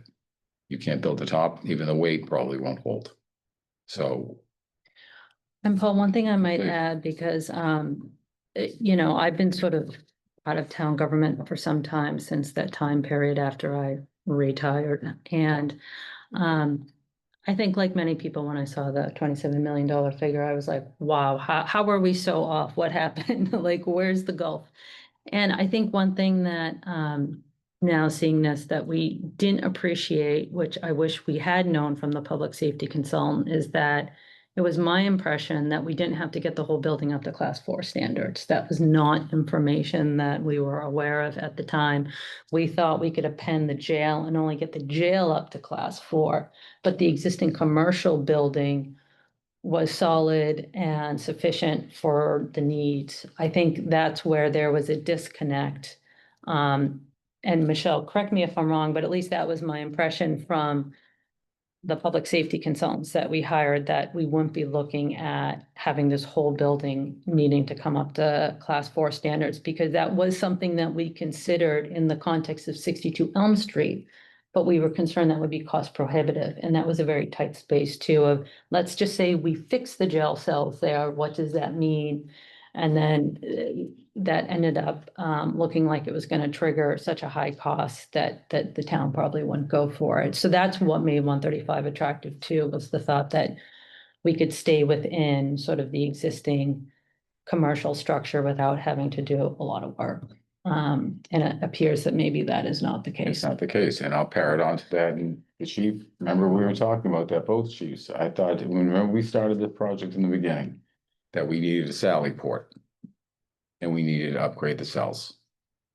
But we thought we had a brick building, as Gene just said, that we could revitalize, crank into office space, and this is initial by trying to save money when we went with Kessel and Bose is you know, that's what that's our summation is So Jean, if we were to, in the future, modify 62 Elm Street for fire, would that fall into the same category for study or requirements? I'm not even gonna pretend to be an architect on that front, but what I understand is that when we were looking at it for the purpose of upgrading for the police with the jail cells, one of the hindrances there was just physical space. We could not do what we needed to do to get it to class 4 within the space we had. If we were to renovate the jail cells, I mean, as you know, if you've walked through our existing building, it's just literally bursting at the seams. We've got, you know, a good part of our police functions happening here right now in 135 King Street. And when we move all those people way back in, it's just not feasible, particularly with the traffic trying to get in and out with police cars. It's just not gonna happen. I mean, I would put 62 Elm, we had it on our agenda for tonight, but I think at some point we have to have a discussion about 62 Elm Street and the reality of what that looks like in terms of upgrades, but I think I'll be able to better understand it after I do a walkthrough. But I think that's definitely on a follow-up with. So it sounds like the thought process was of the envelope of this 13,800 square foot building, that very little money was gonna have to be spent. Yeah. On that. that we could repurpose it. We could repurpose Yeah, it, and then that we was- were adding, you know, an annex for some jail cells and a Sally Point for 2 million. We're doing the same for fire and engine. We're throwing in an elevator, and then we Yeah. had some money left over to do everything else. I mean, I think the reality is when you look at, even when you do the math on, you know, 13,800 times, pick a number, is it's the 666 that we started with, or the 896 that we're at, or the 856 that we're at now. We're spending $9 million, like upgrading this brick building that we bought. And that seems to be one of the big things that we fell through on in terms of like, not only did we not understand that we needed to upgrade so much square footage, we didn't also understand that we're gonna lose like 5,800 square feet in hallways and elevators and bathrooms within this building. And then you throw on top of that the site work that I think capital budget at the time flagged. Yeah, I think we thought that, and, you know, I have open questions about, can we put the fire, like the fire who are residing here, the 2 firemen or paramedics in this structure? Can we fit them in here? The town data center wasn't envisioned as being in here. You know, we were looking at. Small potatoes, but yes. Yeah, we were looking at, I think, maybe smaller programming at the end of the day in Yeah. a certain way for some of this, to fit it within the footprint Yeah. of this existing building, because like I said, we were looking at we knew that we had to account for the 2 fire personnel here. I think it was our hope, given the existing bathroom facilities and other facilities, that we would be able to. Again, we were consulting with the public safety consultant who Yeah. had the plans and was able to do a walkthrough that this would be something more feasible. I think the reality is we couldn't open up the walls though in a way that our current architect could open up the walls. We couldn't do that level of diligence because we didn't own the building. And the fact that we have to straighten the whole building, not just the new additions in Sallyport, so there's an added cost and it got to where it got. I think the question that I have, and it's more that we knew we had a budget. It's pretty clear to me that we knew at some point between programming and where we are today that we were over our skis in terms of the budget. Like, I think if we'd done once we knew the existing conditions in December and once we had the programming work that was done to sort of envision what all the spaces need to be, those two pieces sort of told us that we were going to significantly have to expand the footprint of 62 Elm Street, or is it 135 King Street, sorry. 135 King, but you know, being on the working group, working it out, and in the intervening period of time, now the architects can come up with, you give them an opportunity. So every department has quote unquote a wish list. This would be great. Like, I've gone over and toured Hingham, and it's like you're walking into Trump's Taj Mahal, Yeah. But working with these guys, they have shaved down and shaved down and shaved down. Nobody, I'll be honest with you, and I'm gonna say this. Not one person, Gene, Ellen, I think I'm speaking for everybody, wanted to come up in front of these boards or the town, again, looking for more money. We didn't want to do it. And so but while we were doing that, we were cutting these things down and bringing it down to a place though, that's also not just built for today or tomorrow. It's built for the next 50 to 60 years. And as I believe, I'm so sorry, the architect's name was saying that, but we were looking at that, and there was a couple motives as well. And we released the information as fast as I think we got it. There was no attempt at trying to hide it because it was going to have to come out. What's the point? You've got to peel off the scab. And it sounds like there was an attempt to, once you did the initial programming, to then scale back the programming. We did. To your point. We did. Scaled back 3 times. Okay. And those were all in Okay. working group meetings down to the smallest detail. They peeled back, many layers of the onion. Again, you walk into it, what does the shop need? But the architect's gonna come in and they're gonna load it up and put everything. I can tell you this. The bells and whistles have been stripped out, and it's not that they went crazy in the first place, but we also did a holistic approaches looking at it. You have to ask yourself, what price do we put on safety? I like the statistics Mr. Dormitzer mentioned, there was 3 in a certain period of time, but I wouldn't want my wife to be one of those 3 in that's statistic when we looked at this. So I wouldn't want anybody in this room to be one of those 3 that happens to fall into that category.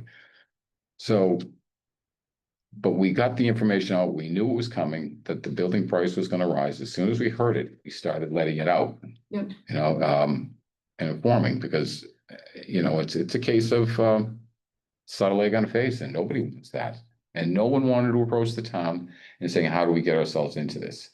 But I'll go back to the old thing. It was done with the best intentions. We did use town hall as a template. As do we want to spend $3 to $4 million on a building that we may lose? We don't really have an alternative site that's suitable. And I'll say this, boards before ours made their own decision as far as Sawyer Street and 3A. That's, and the property developer got it, and he's doing what he's doing with it. So we can say, hindsight is 20/20 vision, but in this case, we got the building, and I think to a degree, we had to move relatively quickly. And as Gene said, we did our inspections within the constraints of what the owner would allow us to do as well, In the timeframe. and the time frame. Okay. Well, and keep in mind at that time period, people were very concerned about, do we vote on a school repair fund, not knowing price tags for these other huge, big capital projects? So we were trying to address some of those sort of recurring legitimate questions that were out there as well. And so that was a consideration too, in terms of the timing constraint. It was, yes, this building, but also trying to come up with a plan that wasn't perfect, clearly, but we were trying not to let the perfect be the enemy of the good. Yeah, I mean, there was definitely a sense when you look at the long-range planning group and you were laying out the cost of the tax levy. When you looked at, $220 a year for 30 years for this building. Plus what we were talking about for One Pleasant, plus $400 a year for the school stabilization, plus $210 a year for roads and sidewalks, you were getting to $1,000 a year number, which is probably where the community was gonna max out in terms of like what they were going to agree to. That's exactly right, and we were also looking at the mill rates, the tax rates, when you started adding on 1,000, how do we compare with comparable towns? What's realistic, still keeping in mind, we had all these capital needs that we were, trying to play catch up on across the board, so. That was also, factoring into not wanting to spend 20 million on a police station, but trying to see if we could keep it around 10, 11. We're talking about another 10 for One Pleasant, which didn't happen. Yeah. Okay. Yep. Okay. Any other questions from our committee on this topic? All right, I'll see you next year. Thank you for hearing us out. All right, 9:15. I guess my question to the committee is, what would people like to see in terms of next steps? I have a list of my own in terms of follow-up questions. I jotted down parking lot of questions that I heard come up from our committee. In the past, we have sometimes asked people to go back and think about it and then send their list of questions one way and having one member sort of compile everything. So we've got sort of a master running list of kind of where we're at in terms of information and data gathering. I think we should do the same thing. Let me make a point here.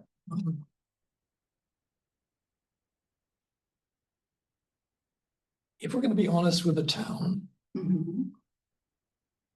we're gonna tell them, not only do you have 30 million here, you have to cover the architects, for example. 30 million and the fitting out, you have a lot here. We're gonna have to talk about Elm Street, what you're gonna do there, 7, 8 million, whatever that is. Gonna have to talk about the fact that the long-range plan would also include potentially major renovations to the middle high school. Ongoing, we have the roof of the Deer Hill School, then the roof of the roof of the Husky School, then the roof of the Deer Hill School, then the roof of the high school. And we only have $1.5 million a year in the budget for those things. Yeah. So in the context of all of the things which are coming down the pike, in the absence of actually having a real 5 or even a 10-year plan or even a 5-year plan, meaningful one, we're not talking about a $30 million override. We're talking about a multiple overrides to cover all of these things going forward. And if we don't say that and deal with it now as a capital budget committee, which is our obligation, and to decide how do you don't look at these things in isolation, but look at them in the context of all the rest that has to get done.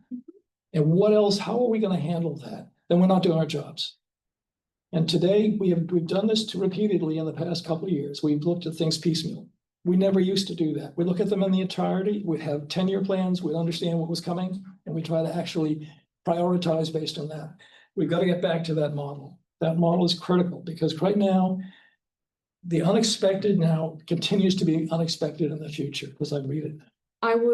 I agree with you, but I was involved in the 10-year plans when I was on school committee, and I will tell you that the 10-year plans that we were doing a decade ago were really just dealing with the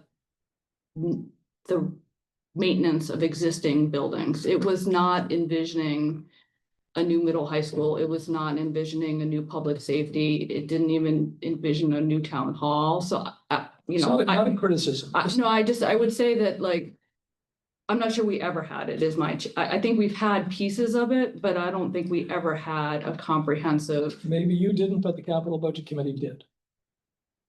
Okay. It did. And we had a clear 10-year plan. We might not have had the right numbers in the right places, but we always could say, okay, this is coming. It might come in a year, it might come in 2 years, might come in 3 years. We don't even have that today. So we're gonna look at this thing in isolation. Yet we know that all those things I just talked about are coming. In the absence of doing that, look at this, that in fact, we're asking the public to take on faith that this is gonna be the only override they're gonna see. No, and I believe me, I've been saying that I just don't think we've ever had a plan. My only point is that. Believe me, I've been looking for years for that plan. It does, in my mind, if we had it, we weren't talking about it in the same chunks that we're talking about it now, which are big multi-million dollars. We've got, to your point, a $5.8 million Osgood roof. If Osgood is 5.8, that means that Deer Hill is like 8 or 9 million. That means that the high school roof, I don't even want to know that number. It's more. And you're applying to the School Building Assistance Bureau year after year after year for a new or at least a renovated middle high school. And one of these years, they're going to say yes. And it might be this year. So. Right. So it's time we looked at those things and put them down on paper and said, okay, what does this mean for the tax rate?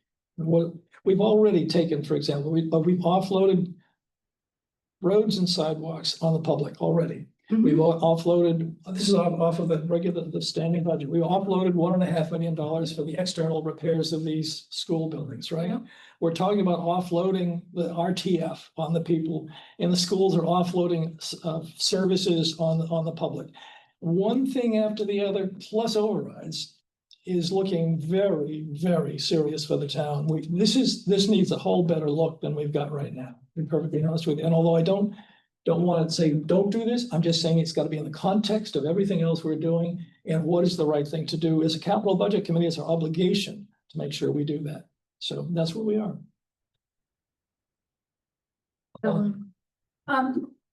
To that point, as Jean mentioned, a few moments ago in 2023, the Long Range Financial Planning Group made a presentation, and we discussed last night at the select board, updating that long range plan and keeping it going, because the plan is only good if you keep it current. And all of those things you just talked about are components of the plan. Right. Projects that we looked at. You mentioned the water treatment plant. That of course gets paid for out of the MS. Yeah, But it's still, right.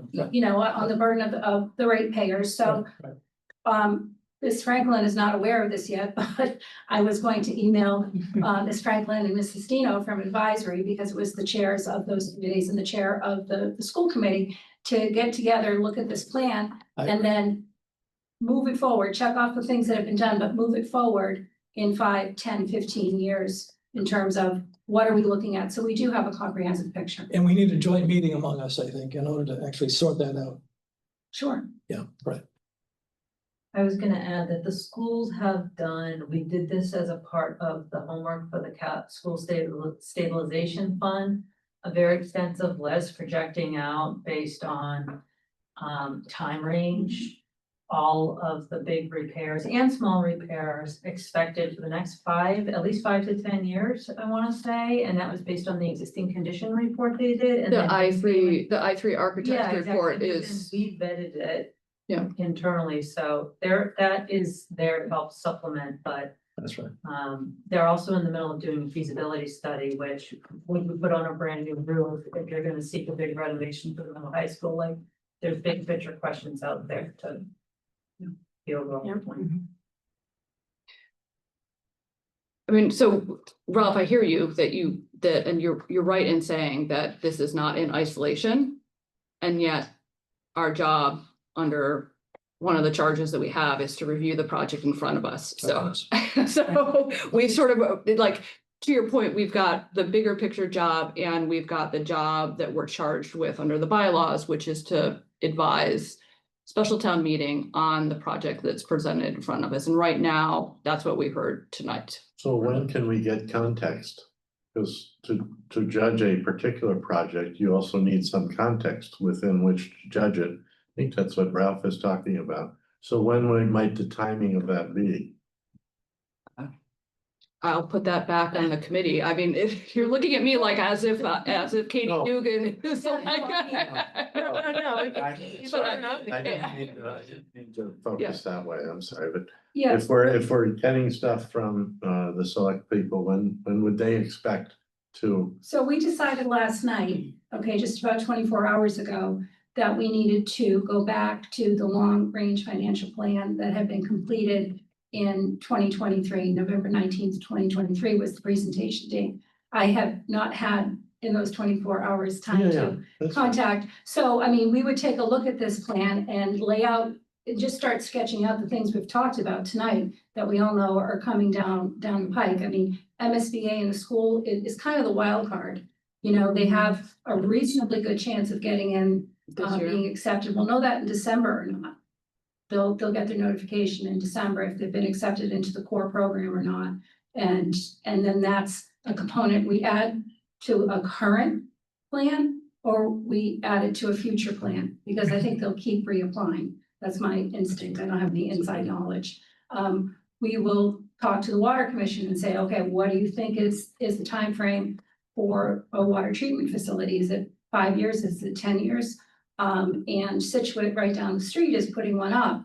And it's been recommended, and we're gonna follow up, that maybe we have someone go over there and shadow what they're doing to see how they're doing it. Now, it's on a much larger scale because their population is much larger, but you know, what have been the successes, what have been the knockdowns, you know, in getting that through to the town, and what are the hiccups have been, so that we can have some, you know, insider knowledge as we begin to shape that plan. I believe the Elm Street, we're working on, we have some pretty good studies on Elm Street on what that's gonna be. So that could be, you know, ready for prime time sooner rather than later.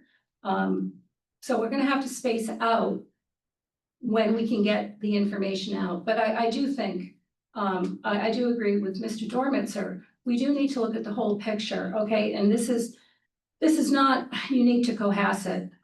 Representative Moschino and Senator O'Connor met with us a few weeks ago, and they said every municipality in their districts are undergoing these massive infrastructure upgrades because they've been ignored for decades. And unfortunately, it's hitting all at the same time, at a time when costs are going up, a time when, you know, international markets, in terms of tariffs are unstable. That's what I do every day. I see it. You know, today China's 95%, tomorrow it could be 150%. I mean, it's quite unstable. So there's a lot of those factors, you know, that have to be considered. So it's not our intent to piecemeal this out one by one and hit because we're all taxpayers too, you know, and we all have our own obligations and our own hopes and dreams, and you know, another $200 a year, $50 a quarter, okay, I can swallow it. But when it's $2,000 a year and it's $500 a quarter,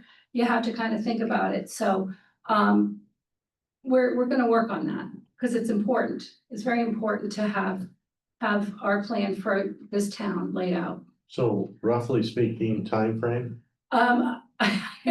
I don't know. I'd like to say we could have without guardrails. without guardrails. We could have 62 Elm probably by special town meeting. But, We could have a, okay, go ahead. yeah, no, you know, it depends upon how quickly we can get together and work. We all work full time. So it's a bit of a scheduling challenge, and with, you know, other committee meetings, I would like to see something in 6 to 9 months. I was gonna say the last one took 12 to 18. Yeah, we started in May, we met every week. and then did our own work in terms of editing the report. And we got the initial draft out in October. And then, and it's still a draft, it's still initial, it's meant to be supplemented, Yeah. so. But we don't have to reinvent the report. Right. We just have to update the report. So all the, in my opinion, all the hard work in terms of formatting and the things to look at have been vetted and have been done. So we just need to get things updated and add the projects that need to be added and do our best in terms of how it's gonna impact the taxes, you know, because that's what everybody wants to know. What's it gonna cost me? Yep. That's the fundamental question to everything we do. What's it gonna cost me? So that's our hope. I would hope maybe by town meeting, we'll have something. So this might not be the remit of this group, but like we just spent 2.5 hours going through this in great detail. Most of the taxpayers will not spend 2.5 hours going through this in great detail. They will look at the number, they will react to the number, and I think it's gonna be really hard to get this passed at town meeting. I just think it's everybody I've talked to is like up in arms. There's a lot of anger over this. I'm worried that by bringing it to town meeting, you're just gonna engender more anger with the town and the board and everybody. It's hard to explain what happened in a soundbite. And so I think having some sort of a plan to say to the town, yeah, so we're gonna do this year, and then 2 years from now, we're gonna do X, and 2 years from now might help this get passed. But I think bringing this in isolation to a special town meeting could be maybe a tactical error. It's just something to think about. Well, what happens often, and does happen, is it gets through town meeting because the boards dominate, right? That's why it happens. But then it goes to ballot. Yes. That's where it fails. Yeah. 50%. So for this committee, to answer your partially, like there is, and to Ellen's point, we're not starting in a vacuum. So I did create a folder on the OneDrive today, and I put in all the reports that have been generated over the last decade. So there's the master plan report. There is the open space and rec report. There's a long-term financial planning group report that we're talking about updating. There's the AI3 architect study, which lays out the schools in gory detail. There's a field study report. We have the existing conditions on 62 Elm Street, which also, I guess, has a corollary programming and some costing on renovations. And then we have 135 King. Town Hall luckily is checked off our list. And we could dream about the harbor master shed. We can dream about a whole bunch of other stuff. But in terms of like the core operations, I honestly, when I went into this exercise this afternoon, I think we have a report against, that may not meet all of our needs, but there's at least data and information that we didn't have a decade ago, when we were sort of talking about some of this stuff. So that's good news in terms of building a background. So. And I can circulate a link to this committee so that everybody can see what's out there and you guys can begin to sort of pick through it. I would say that probably the one I would start with is the schools, because that actually lays out in quite a bit of detail, and it is the wild card, as Ellen referred to, in terms of thinking about the plan for the taxpayer impact. Katie, do you have, because our director of facilities, Nick Berardi, went through the AI3 report, and he has the most intimate knowledge of all the school buildings and has kind of reprioritized it. Yeah, I don't think I have that. We'll see if we can get it. Yeah. Sorry. But from a timing perspective, I don't think we're gonna have a 5-year plan that's laid out perfectly by special town meeting. But we could kind of lay some groundwork of what we're doing, you know, as town leadership and where we think we need to go, and at least socialize some of the ideas. The problem with the AI3 report, IA3, the architect's report, is it was talking more than anything else about style of learning and the lack of the spaces appropriate for style of learning. And that's what that was all about. So it drove you to a larger building with larger spaces and individual spaces for group learning. That's where it took you. Okay. It strikes me that if that's where we're going, that's a massive change. It's not a simple change that facilities can do, so. Right. But in the report itself, it goes through, I'm looking at Joseph Osgood, it literally takes all of the systems and lays out and costs out all of the systems. So from a perspective, I hear you, and there's a lot of talk in that report about learning function, but it does take it doesn't existing conditions. So if you were to take just that information, not necessarily about envisioning the future, you could at least get a baseline on maintaining our existing But buildings. the impetus that created was to move to actually send in that document associated with it to the school building assistants with our own backup to do a new building. That's what it was. That's what it did. Yeah, of course. That's what Right, happened. of course, Exactly. but I'm saying there's data in here that we can use to mine, not necessarily ignoring the. Okay, if I catch you some numbers, right? Yeah, it does. It actually, I mean, it literally by building goes through each of the major systems and it says. For Joseph Osgood, that there's like $12.1 million in system upgrades that are gonna be required. And they do low, high, medium, and that's without adding any bells and whistles. That's just maintaining our existing. They go building by building. So that I think is helpful data. Yeah. But I take your point Yeah, about the yeah. re-envisioning, the learning spaces in a new building is a whole different conversation with a $200-300 million price tag on it. When you say that it talks about X amount for the basic kind of maintaining and so on. Now, in the does it include things like we've encountered in the police department with the state coming in and saying, you know, these don't meet our regs anymore? Yeah. Does it include that kind of thing or not? No, this is, again, I don't know of that corollary that exists on the school side. This is more things like, we have all our school buildings are brick, so we know that the envelope in 20 to 30 years needs masonry repairs. So here's the cost of the masonry repairs. Here's the cost of a roof. Here's the cost of an HVAC system. It's that, Okay. it's not the, That's okay.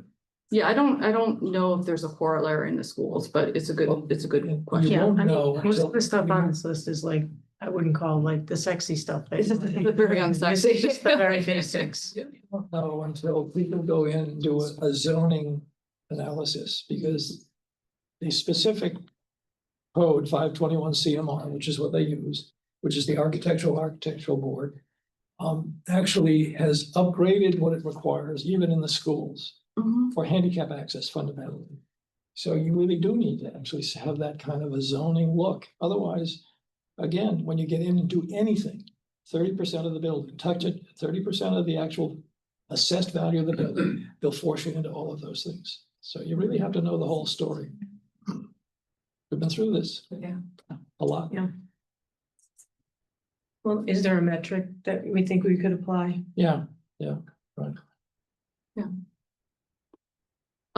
So we have two other agenda items, and we have to talk about next meeting and what people want to see on the agenda for the next meeting. Yeah, I think we should move the other. The electric bus conversation Okay, to the next meeting. okay, it's fine. How does everyone feel about that? Yeah. Okay, that's fine. We can move the electric bus conversation. Just know the select board is voting soon. Okay.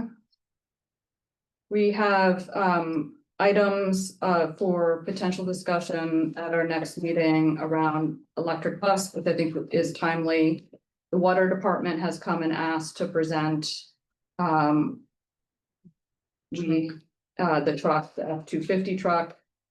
We have, at some point this fall, we have to talk the MSBA Osgood roof replacement. And obviously, we need to continue the conversation about public safety and a 5-year plan. I would also suggest that at some point we organize ourselves into liaisons like we did last year. We can talk about that more also as a committee, but I think we can socialize it and then let people think about it and vote on how we want to form the liaisons, but I think that will be helpful. And maybe we'll have a liaison to the long-range planning working group, so. What is on the warrant? Exactly what is on the warrant? Does anyone really know? Yes, well, we know two items. Okay. 135 King and the MSBA Osgood roof out of school stabilization. Okay. Those two we know for sure. But- And the water truck. Bus? The electric bus is not, it's just a reappropriation of a fiscal 2026. To make it 10 diesel buses then Yes, versus the 8 plus one we had, but we'll talk about that yes, later. exactly. Okay. It's not net new number. It's not new money. It's just repurposing of an existing appropriation we made. But that doesn't have to go to town meeting. That's the two that, That's how we voted it.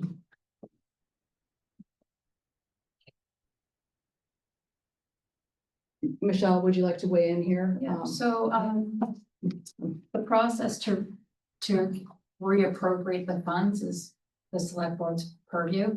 So what we're gonna do is we're gonna reappropriate the monies that you appropriated for the electric school bus and transfer that to the diesel bus lease, so they're not down a bus for this school year. We appropriated money for another electric bus, making 9 electric buses, correct? No, No, We did not. we didn't. We appropriated money for a 9th diesel bus. That's why I said 9th bus. Yeah, 9th, but it was diesel.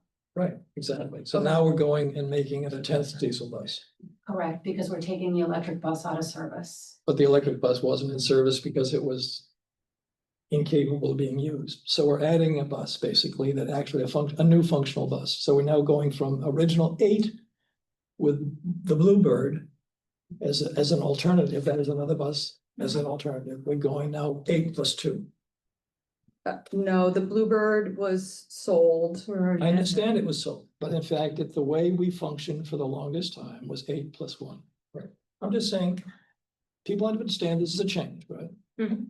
Well, that's what we're gonna talk about Right. in detail in the next meeting. We approved last cycle a 10 bus fleet for the schools. 8 existing lease plus 1 new diesel lease plus the electric bus. It was an existing electric bus, Right, it's a continuation of a lease. right, For exactly. a bus that wasn't working, right? Well, it was working and it was It was operational. working, but for limited purpose, like we couldn't take it on sporting and basic. We'll talk about that. Okay. So of the list that you just brought up. Yep. So for next meeting, I would say that electric bus definitely goes on and we can revisit 135 King and Elm Street. Continue the conversation there. I think the MSBA is subject to when the schools are available, so some of it's subject to when we want to set our next meeting agenda. In terms of offering them some dates. Mhm. I think early October might work better for them. Okay. So I know we had talked about the 22nd as the next date for meeting. I know that you're not available. I'm not available. You're not available, so I think we should choose another date since it's not working for enough of us. I think you're out that whole week, right, Chris? Okay. So in terms of a next meeting date, do we want to choose something? I think there's a benefit to getting a meeting on the calendar for September because we're gonna have bid data coming in and we do want to talk electric bus. So, and you're away the week of the 15th, correct? Correct. All right, so we're looking at either the week of the 22nd with being down Chris or going to the September 29th as our meeting date, our next meeting date. Which feels far away at this point. Thoughts? Either is okay with me. Okay, I can't do Me the too. 29th. I'm returning that day. you're returning that day, okay. So maybe we should plan the We should next meeting do the without, 22nd. without Chris. Sorry about that. That's okay. No, and life happens. I mean, I think if we operate with 5 of the 6 of us, that's always a good rule. I mean, 6 out of 6 is better, but like 5 out of 6 gets us the moving forward. That week of the 22nd, are people available other days? Kathy, I know you're traveling, but Yeah, I can zoom in. you can zoom in. Yeah. Okay. So 23rd.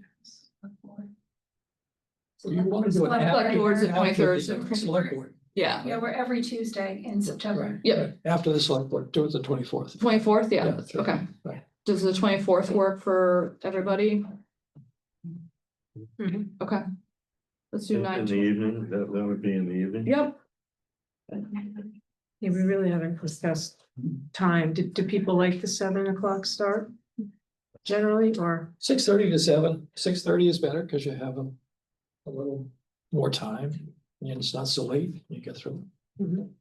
Yeah, I don't, I'm fine with that. Works for me. yeah, I'm good with the 6:30 start. Okay, good. On the 22nd. It has to be the 20 24th. Wednesday, the 24th, The 24th. and then I would suggest that if we can get back to that Monday, if it generally works, it's a good day for us, because Unfortunately, Chris is coming back on the 29th. no. Well, I was actually gonna suggest October 6th is the next meeting. And then my guess is that we're gonna probably be meeting pretty much weekly at that point, depending on what's going on, so. People can Yeah, hold, just hold those Mondays. just hold those Mondays, yeah, the 6th, the 13th, and the 20th. So 6th and the 6th and the 13th are bad for me. I'm traveling for that week, so similar. You're I may be traveling, back. I may be able to meet the 13th, okay. the 6th, no. Alright. October 13th is Indigenous People Day. Oh, that's right, Just give me a heads up. yeah, And the warrant closes October 10th, just for informational purposes. oh geez, glorious. Like literally closes, like votes do,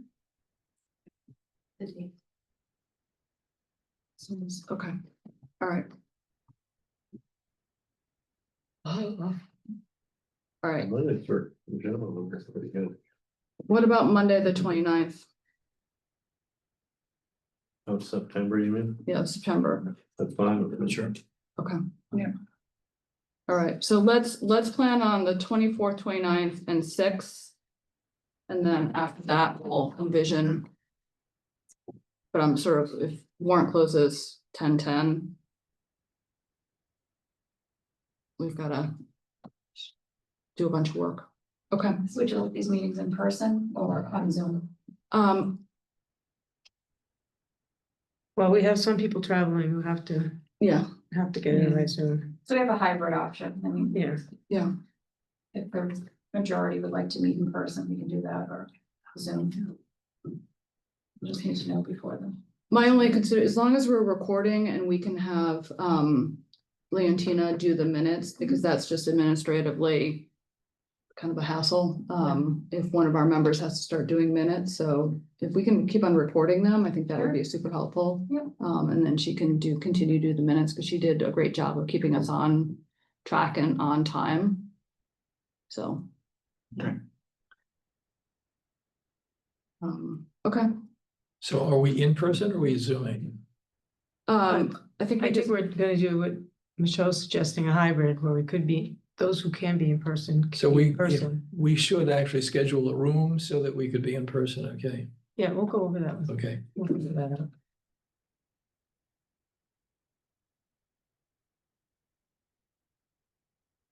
great. Okay. We have one set of minutes to vote from, May 5th, but I don't think either Rob or, Kathy can vote it because you guys were not, at that meeting. We've got 4 here that were in that, you actually, No, I was not. you were not, so we've No, got 3. no. Which is enough to pass it. Yep. So, I'd like to make a motion to, approve the minutes of May 5th, 2025. Get a second? Second. All right. Vote aye, Katie Dugan. Hi, Chris Paixão. Susan Franklin. Okay, that's great. Thank you. Okay. All right then, it is 9:46 and we are adjourned.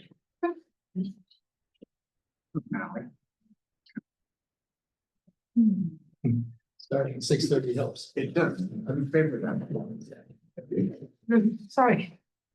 Sorry, the first one was so long, Kathy. They close at 10? You need a motion to adjourn? I get pulled over. Yeah, that's right. Need a motion to Oh, adjourn? yeah, we did. Second. Motion. Seconded. Aye. I. Aye. Awesome. There it is.